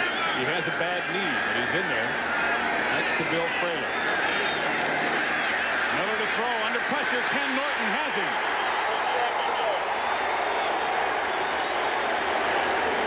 Sean Smith in his 3rd year out of Grambling in there with Ken Norton. Norton coming in on the left side of your screen. Number 51. There you see him from the backside. Does a good job. Makes the tackle. But a blitz call by the Cowboys. And normally, even though they blitz, Steve, more than one person, they still like to play a lot of zone, which is very unusual. Talking about the Cowboys, they like to play zone coverage. Usually when you blitz, you go man-to-man in the secondary. Part of the reason is because you've given up 1 or 2 of your coverage guys. That's right. And it's tougher to play a zone. But even at that, they still like on occasion to play the zone. It is 2nd down and 17 now. And a timeout is called by Atlanta. 4:49 to go in the 1st half. Dallas by 7. The Atlanta Falcons, being urged on, have this far to go to the goal line. 17 yards. It is 2nd and... Actually, it's 24 yards to the goal line. It's 2nd down and 17 yards to go for the 1st down, following the sack of Miller. On a draw to Settle. Very little. Down to the 21. Sean Smith and Willie Broughton on the tackle. And people want to ask, why would they run a draw play in that situation? Simply because they got a 4-man front. Everybody else is back expecting pass. They thought maybe they could break one up the middle for a big gain and get some of that yardage back. It didn't succeed in getting very much, but it slowed down the rush. So now, after the gain of 4, it is 3rd and 13. Just outside the 20. 4:10 left to go in the second quarter. It is Dallas 14, Atlanta 7. Miller not going to the shotgun. Good protection. Complete to Sean Collins, but not enough for the first down. And Bill Fralick really upset, coming in there and giving a shot to Ray Horton, as I think he felt that Horton put a late hit on Collins. Fralick was going to make him pay. Well, he's a tough guy, loves to play, and asking him about his responsibilities. I don't worry about anybody else or any other thing. I just worry about doing my job. He does his job. And you back up a little bit when he talks to you because you're afraid he's going to hit you. Big guy. He just got into camp a few days before last week's opener. So Paul McFadden is on with his bare foot to attempt the field goal. It'll be a 28-yard attempt. Chris Miller the holder, and it is good. 3 minutes and 9 seconds remaining in the second quarter, and now it is Dallas 14, Atlanta 10. That was the first time really today, Hank, that Atlanta has been able to put together a consistent drive, and I guess the main reason they're able to do it is because they've got the running game going a little bit. Yeah, they got that going, and ironically enough, you know, going into the game, you had the feeling, talking to the coaches. I talked to Jim Hannafin, who worked for the offensive line. He felt sure they could run the ball, but that's probably because of the way the Rams ran it last week, and because they ran it last week doesn't mean that you're necessarily going to run it real well the next week, because they worked very hard on stopping the run. Yeah, and they weren't doing it well, so they worked extra on it. Well, be sure to join us next Saturday here on CBS as we bring you college football action. The Michigan State Spartans and the #1 ranked Fighting Irish of Notre Dame that, of course, beat Michigan in a big game yesterday. That'll be at 2:30 Eastern Time right here. It was Notre Dame over Michigan 24-19. Yesterday, Michigan State pounded Miami of Ohio 49-0. So Notre Dame and Michigan State next Saturday here on CBS. Scott Ankrum back to receive the punt, comes up, drops it at the 15.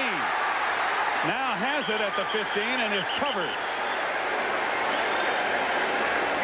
Ankrum, a rookie out of TCU who saw some playing time at wide receiver last week against New Orleans. But the smart thing was that even though you see he was looking downfield the same way, took his eye off the ball slipped through, and he was smart enough to just pounce on the ball. He tried to get as much out of the play as he can or could, but basically in that situation you're much better off just following the ball, make sure that you're satisfied at least you got the ball. If you mess around with it, kick it around, you wind up with the other team getting the ball and getting points on the play. Better you have it at the 15 than they have it at the 15. Right. 1st and 10 Cowboys. Again, they start deep in their own territory. Herschel getting outside. Run out of bounds on the far side by Evan Cooper, the strong safety. Evan sort of grabbed onto the shoulder pads and went for a brief ride. But Herschel with good first down yardage. Of course, here's Evan Cooper, who weighs what, 35 pounds less than Herschel. But he's tough. He hits people. You know, the interesting thing about Herschel Walker, people were talking about maybe his changing his running style. It's kind of ridiculous because you don't change the running style of runners. You know, he's been a great runner. Why would he want to change his running style? It's natural and instinctive. You can't really teach it. We were talking to Herschel yesterday, and he said you can't teach it. You just have to do it. 2nd down and 1. Herschel again getting outside.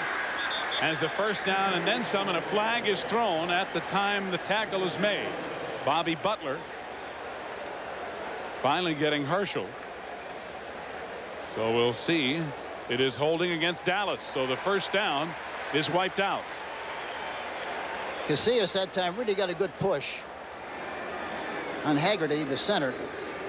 Holding number 88, offense, 2nd down. That's Michael Irvin at wide receiver, guilty of the hold.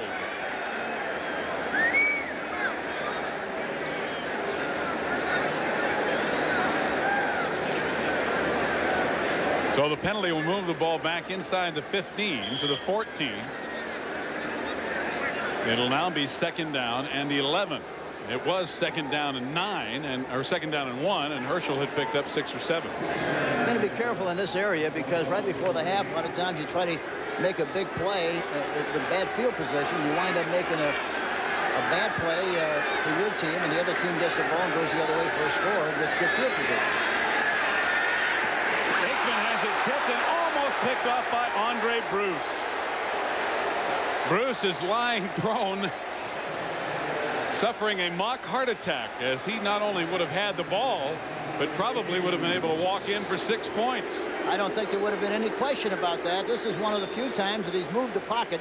He's sprinting to his left. Look at the flow of the defense. Look at Andre Bruce right there, way. It looked like that Troy threw the ball way inside instead of throwing it outside where the receiver was. And I think Andre was so surprised the ball came to him that he just dropped it. Hit him in a bad place, right in the hands. Maybe he needs gloves. Now it's 3rd down and 11. Still at the 14. 3 wide receivers for Dallas. Lots of time for Aikman. And a completed pass. Kevin Scott. And Kevin Scott, with good effort, gets the first down outside the 25. And it is Deion Sanders who comes up to make the tackle, as Deion was brought in on that series as an extra defensive back for the first time today. They call that their Falcon defense, with 8 defensive back and a 3-man rush. Look at all the time he has to throw. That's the thing about a 3-man rush. He had all the time in the world to throw the ball, but he had good presence, makes a good move back to the inside. He knows exactly where he has to go for the first down and makes the necessary yardage, and they have 1st and 10.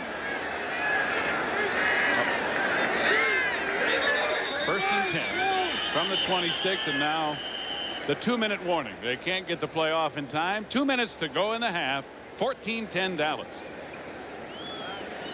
There's the big Central Division head knocking right here on CBS.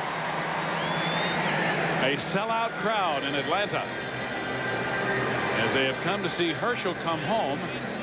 And of course, there are a lot of Cowboy fans here. Every hotel downtown is full of Cowboy fans, as they made the trip as well. So not all of the 50,000 or so are rooting for the Falcons. 1st and 10. Dallas at their own 26. 2 minutes to go in the half, and Aikman firing and completing to Irvin, who slips and is covered immediately by Andre Bruce. But he may have enough for the first down out around the 36. Deion Sanders now comes back into the game. Nope, now he's coming out. Sanders ran out on the field as an extra DB, and now because it is first down, I guess they pull him back off. Aikman avoiding pressure again. Firing and completing it. Yes, it is complete. An 18-yard gain. And they had a rush on that left side, the passer's right side, and he stepped up on the inside, got outside, and threw the ball downfield with a lot of poise. I tell you, he's terrific. He really is. Steve Folsom, the tight end, covered by John Rady, the linebacker. But an 18-yard play and a first down. Clock stops with 1:27 left to go in the half. And the Cowboys now in Atlanta territory at the Falcon 44. And Deion Sanders is in the game at defensive back, playing a deep safety. And that's the thing we called mentioned a little while ago. That's what they call their Falcon defense. Aikman a lot of time, and he completes it. Kelvin Martin. And Sanders on the tackle at the 26, along with Robert Moore. It's another first down, a 19-yard gain. Timeout on the field with 1:15 left to go in the first half. If they can stay in that defense, he's going to have a lot of chances to play defense, because they're moving the ball very well against that Falcon defense. There he is, coming up to help make the tackle. Sanders out of the game now on 1st and 10 at the 25 of Atlanta. Aikman has hit his last 4 passes in a row. He is 8 of 13 for 191 yards so far. And he has all day to throw, and he completes it again. It's Kevin Scott out of the backfield. Scott knocked down by Tim Gordon, the free safety, and Robert Moore. It is short of first down yardage, just outside the 20. So the clock continues to run, and the Cowboys will go without a huddle. And the Falcons are still in that 3-man rush. And bad snap, but Aikman got it. Under pressure, he throws it away, incomplete. He caught that like he had a baseball glove on. Andre Bruce was all over him, and Aikman was fortunate, first of all, to get the ball, and secondly, to be able to get rid of it. Bruce loves to rush the passer. He wonders why he ever has to cover. He just wants to rush the passer. Well, that's all he did at Auburn in college. Yeah. You see Steve Walsh, the backup rookie quarterback, signaling in the plays. David Shula, who stands next to Jimmy Johnson, has the headset to the offensive coaches upstairs. Shula right there, the offensive coordinator. Son, of course, of Don Shula of Miami. Spent 7 years with his father in Miami before coming here with Jimmy Johnson to the Cowboys. Now timeout is called by Dallas as they came to the line of scrimmage. 46 seconds remaining. Dallas should have one more timeout remaining as they lead 14-10, and they will have a 3rd down and 5 on the Atlanta 20. Touchdown against Washington. As throughout the day, the CBS Sports Wire will update you continuously on other games in progress. There's a surprise. Miami all over New England. Look at New Orleans 24-7 over Green Bay. Draw play to Walker. Spinning. First down. Touchdown.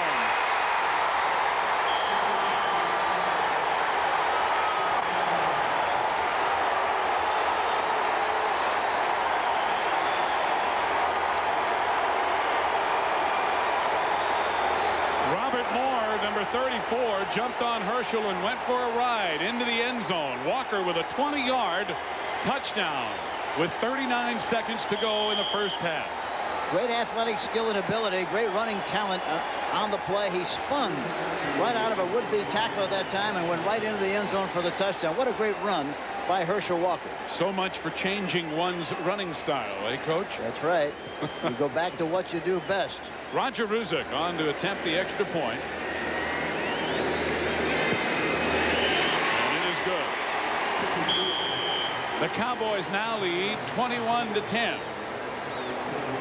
39 seconds to go, and let's look again at Herschel Walker doing what he does so well. You have a slot to the right side. The ball comes to Troy Aikman. It was a trap play. Now look at a missed tackle right at the hole. He goes through another tackler and takes him right into the end zone. Moore, number 34, takes him right in, piggyback, right in for the touchdown. Well, the Falcons are having a problem tackling. Of course, Herschel's not easy to tackle. Last week against New Orleans, the Cowboys had 24 missed tackles. So they are getting a little payback so far in this game by making the Falcons miss. There's Mike Gann telling the coach why he missed the tackle. That was a great call, Hank. Down there, 3rd and 5 on the 20-yard line, and a deep defense for Atlanta to give Herschel on the draw. Well, you know, anytime you run a draw play, you hope that they're going to be coming across very aggressively. That's a good time to run a draw or a trap, and that's what it was. And he popped through there, right in there with great running along with it and good blocking, and makes the touchdown on the play. Keith Jones and George Thomas are back to receive for the Falcons. Ruzick, in his 3rd year out of Weber State, will do the kicking.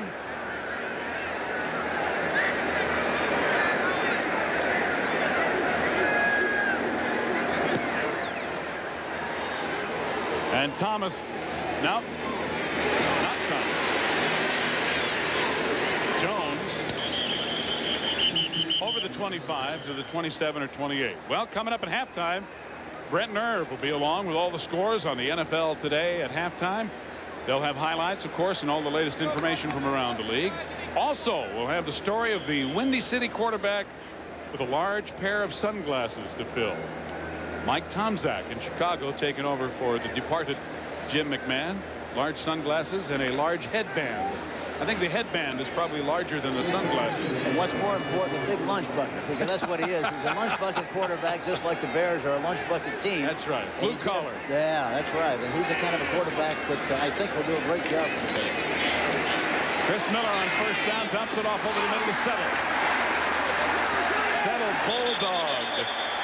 And finally thrown out of bounds by Everson Walls, who couldn't bring him down. 26 seconds remaining in the half.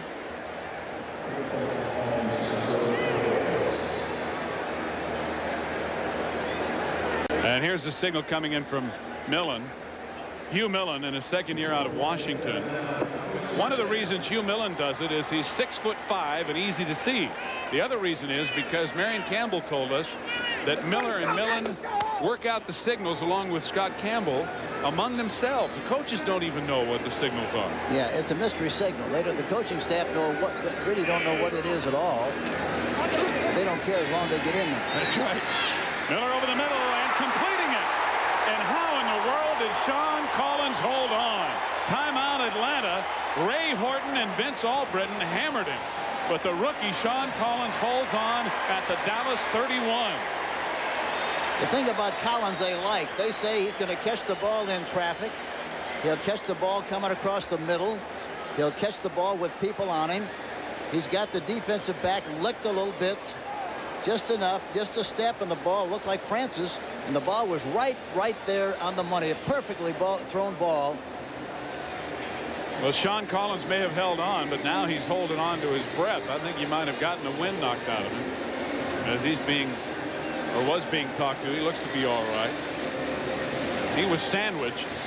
Well, what a throw and what a catch. Chris Miller has shown, Hank, that he can really put that ball right there. I mean, he has tremendous accuracy. He's got great poise. He reminded me, I told him yesterday, I thought he reminds me an awful lot. Throw and what a catch. Chris Miller has shown, Hank, that he can really put that ball right there. I mean, he has tremendous accuracy. He's got great poise. He reminded me, I told him yesterday, I thought he reminds me an awful lot of Bob Greasy. Even wears the same number. Well, that number 12 has been a pretty popular quarterback number. There are a few of those in the Hall of Fame, including Terry Bradshaw. Joe Namath. Joe, of course.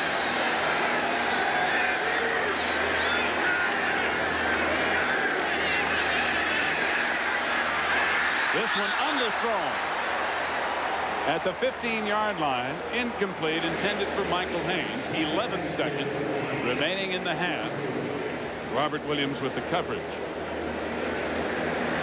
Miller today so far 10 of 13 for 125 yards.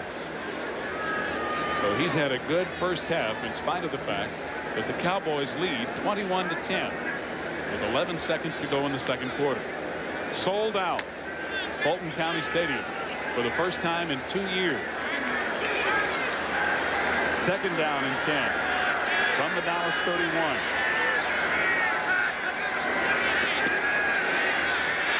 Under pressure. Almost intercepted by Everson Walls. The pass was intended for number 82 Stacey Bailey. And Tony Tolbert, number 62, the rookie out of Texas El Paso, almost got to Miller that time. There are 6 seconds left in the half. Everson Walls does not have great speed. He probably runs a 4.6, 4.7. The great anticipation, great awareness, reads the quarterback extremely well. There was a great illustration of it. He almost came up with the interception. Paul McFadden will attempt a 48-yard field goal. Chris Miller is the holder with 6 seconds left to go in the half. Did it get in there? No, it missed wide to the left. 1 second remaining on the clock as McFadden misses the 48-yard attempt. And there's time for one more play. Cowboys will take over on downs at their own 31. The Swamp Fox, second stint as the coach here in Atlanta, and his 3rd year this time around. Of course, he's been in the NFL 28 years, and Jimmy Johnson's been in the NFL 2 games. Jimmy Johnson, I enjoyed talking to him before the game on the field. He's very, very enthusiastic. He thought his team would play much, much better than they did a week ago. And so far, that's exactly what has happened. Barring a penalty, the final play of the first half. Aikman. And air it out. Tip drill. Who got it? Complete. Everything else is just a light. Zenith. The quality goes in before the name goes on. And by today's Chevrolet, who invite you to see why nobody's winning like the heartbeat of America. Hey, you're going to like it here. You got a great team behind you. You sure can't complain about the money. You putting that bonus to work? I don't know. Call my approved base, bro.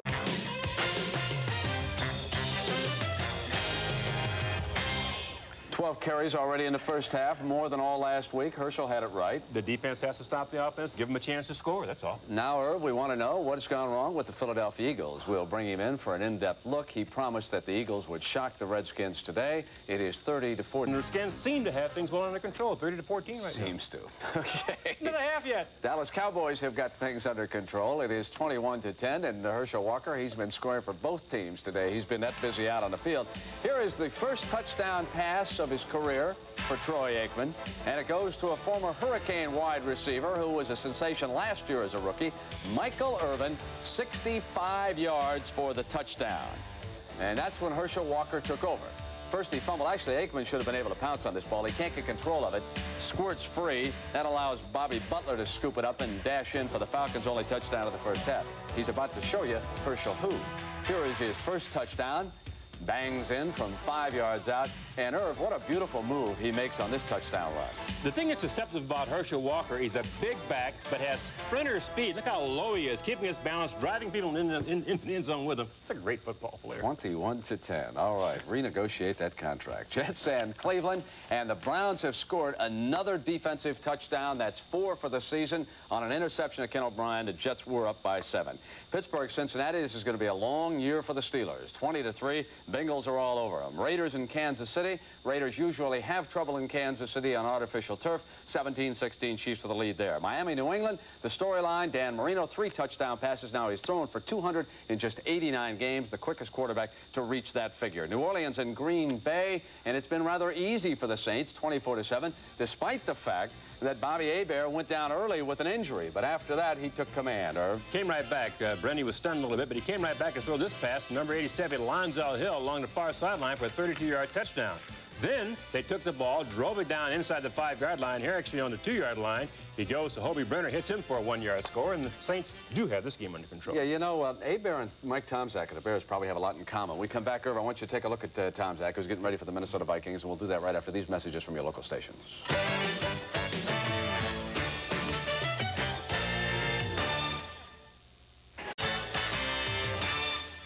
Welcome back to our New York studio doubleheader day. And coming up next, some of you are going to see Detroit against the Giants, Phoenix against Seattle, San Francisco and Tampa Bay. But most of you will see the big NFC Central shootout between the Vikings and the Bears. Now, Chicago is led by quarterback Mike Tomczak, who is 16-3 as a starter. And this week, Irv visited with the confident young passer who is no longer the unknown soldier of Soldier Field. If Mike Tomczak sometimes seemed to be in a fog, that's no surprise. Serving as Jim McMahon's understudy was a tough role to fill. And just when Tomczak got going, injuries slowed him down. But when McMahon was traded to San Diego last month, there was a smooth transition at the helm. I wished him well. You know, I gave him my phone number and told him to keep in touch during the season. Hopefully, you know, we'll be able to communicate. But, you know, what do you say? What do you say about Mike Tomczak? He's 26 now, a product of the Chicago area, and a supportive parents. Mike's dad was his football coach in high school. Did you always want him to be an athlete? No, but I knew that he probably didn't have a choice growing up in this family with his father being a coach. We are a close-knit family, and we try to keep it that way and hope it continues. But we're happy and really excited about him starting for his home team. I don't know how many quarterbacks in the NFL are doing it, but he's very fortunate, and we pray and hope he just continues like he is now. If it wasn't for them, I don't think I'd be where I'm at today, because they've taught me to continue working hard and keep that strong work ethic. Whether it's a Pop Warner League quarterback or calling signals in the NFL, Tomczak's work ethic is apparent. Last Sunday, he overcame a shaky start to lead the Bears past the Bengals. In his own quiet way, Tomczak shares the competitive fire of his more charismatic predecessor. He's got great pride, and that's what makes him work right now. He wants it so bad to achieve. Now, I'm not sure why. I mean, maybe he wants it because of what athletes get out of succeeding, money and fame and glory and all that. But that's okay. This is the first time I really never had any pressure from, you know, Jim McMahon coming back into his starting role. So I don't have to prove anything to the players nor myself, but I think the fans still have a lot of question marks, and I can't control the fans' decisions. One group of fans has no doubt about Tom Zach. Mike is of Polish descent, and Chicago has the largest Polish community outside of Warsaw. And in this part of the Windy City, fans now have their own favorite son quarterbacking their favorite team. He's clean cut, he's nice looking, and I like him, I guess. My granddaughters are all crazy about him. Like some of the other players that, like with steroid stuff going on right now, I mean, you haven't heard anything bad about him yet or anything. And I think he's a real good model for the kids. My grandfather, he worked in the open hearts and steel mill for 35 years, and the biggest thing he always told me, he goes, remember one thing, you're a Tom Zach, and Tom Zacks are tough people. You don't let anybody else jump on you, and I don't want people to say there's anything false about me. That's the biggest thing that I try to guard against. You know, what you see is what you get when you talk to Tom Zach, and, you know, the image I present is real. It's amazing what he's accomplished. He's a free agent quarterback, but Irv, what's he up against in the Vikings today? The best defense in football. You have a tenacious defense, Brent, and I think any quarterback is going to have a headache playing against them. All right, now let's send you back to the stadium and the game you're enjoying on CBS.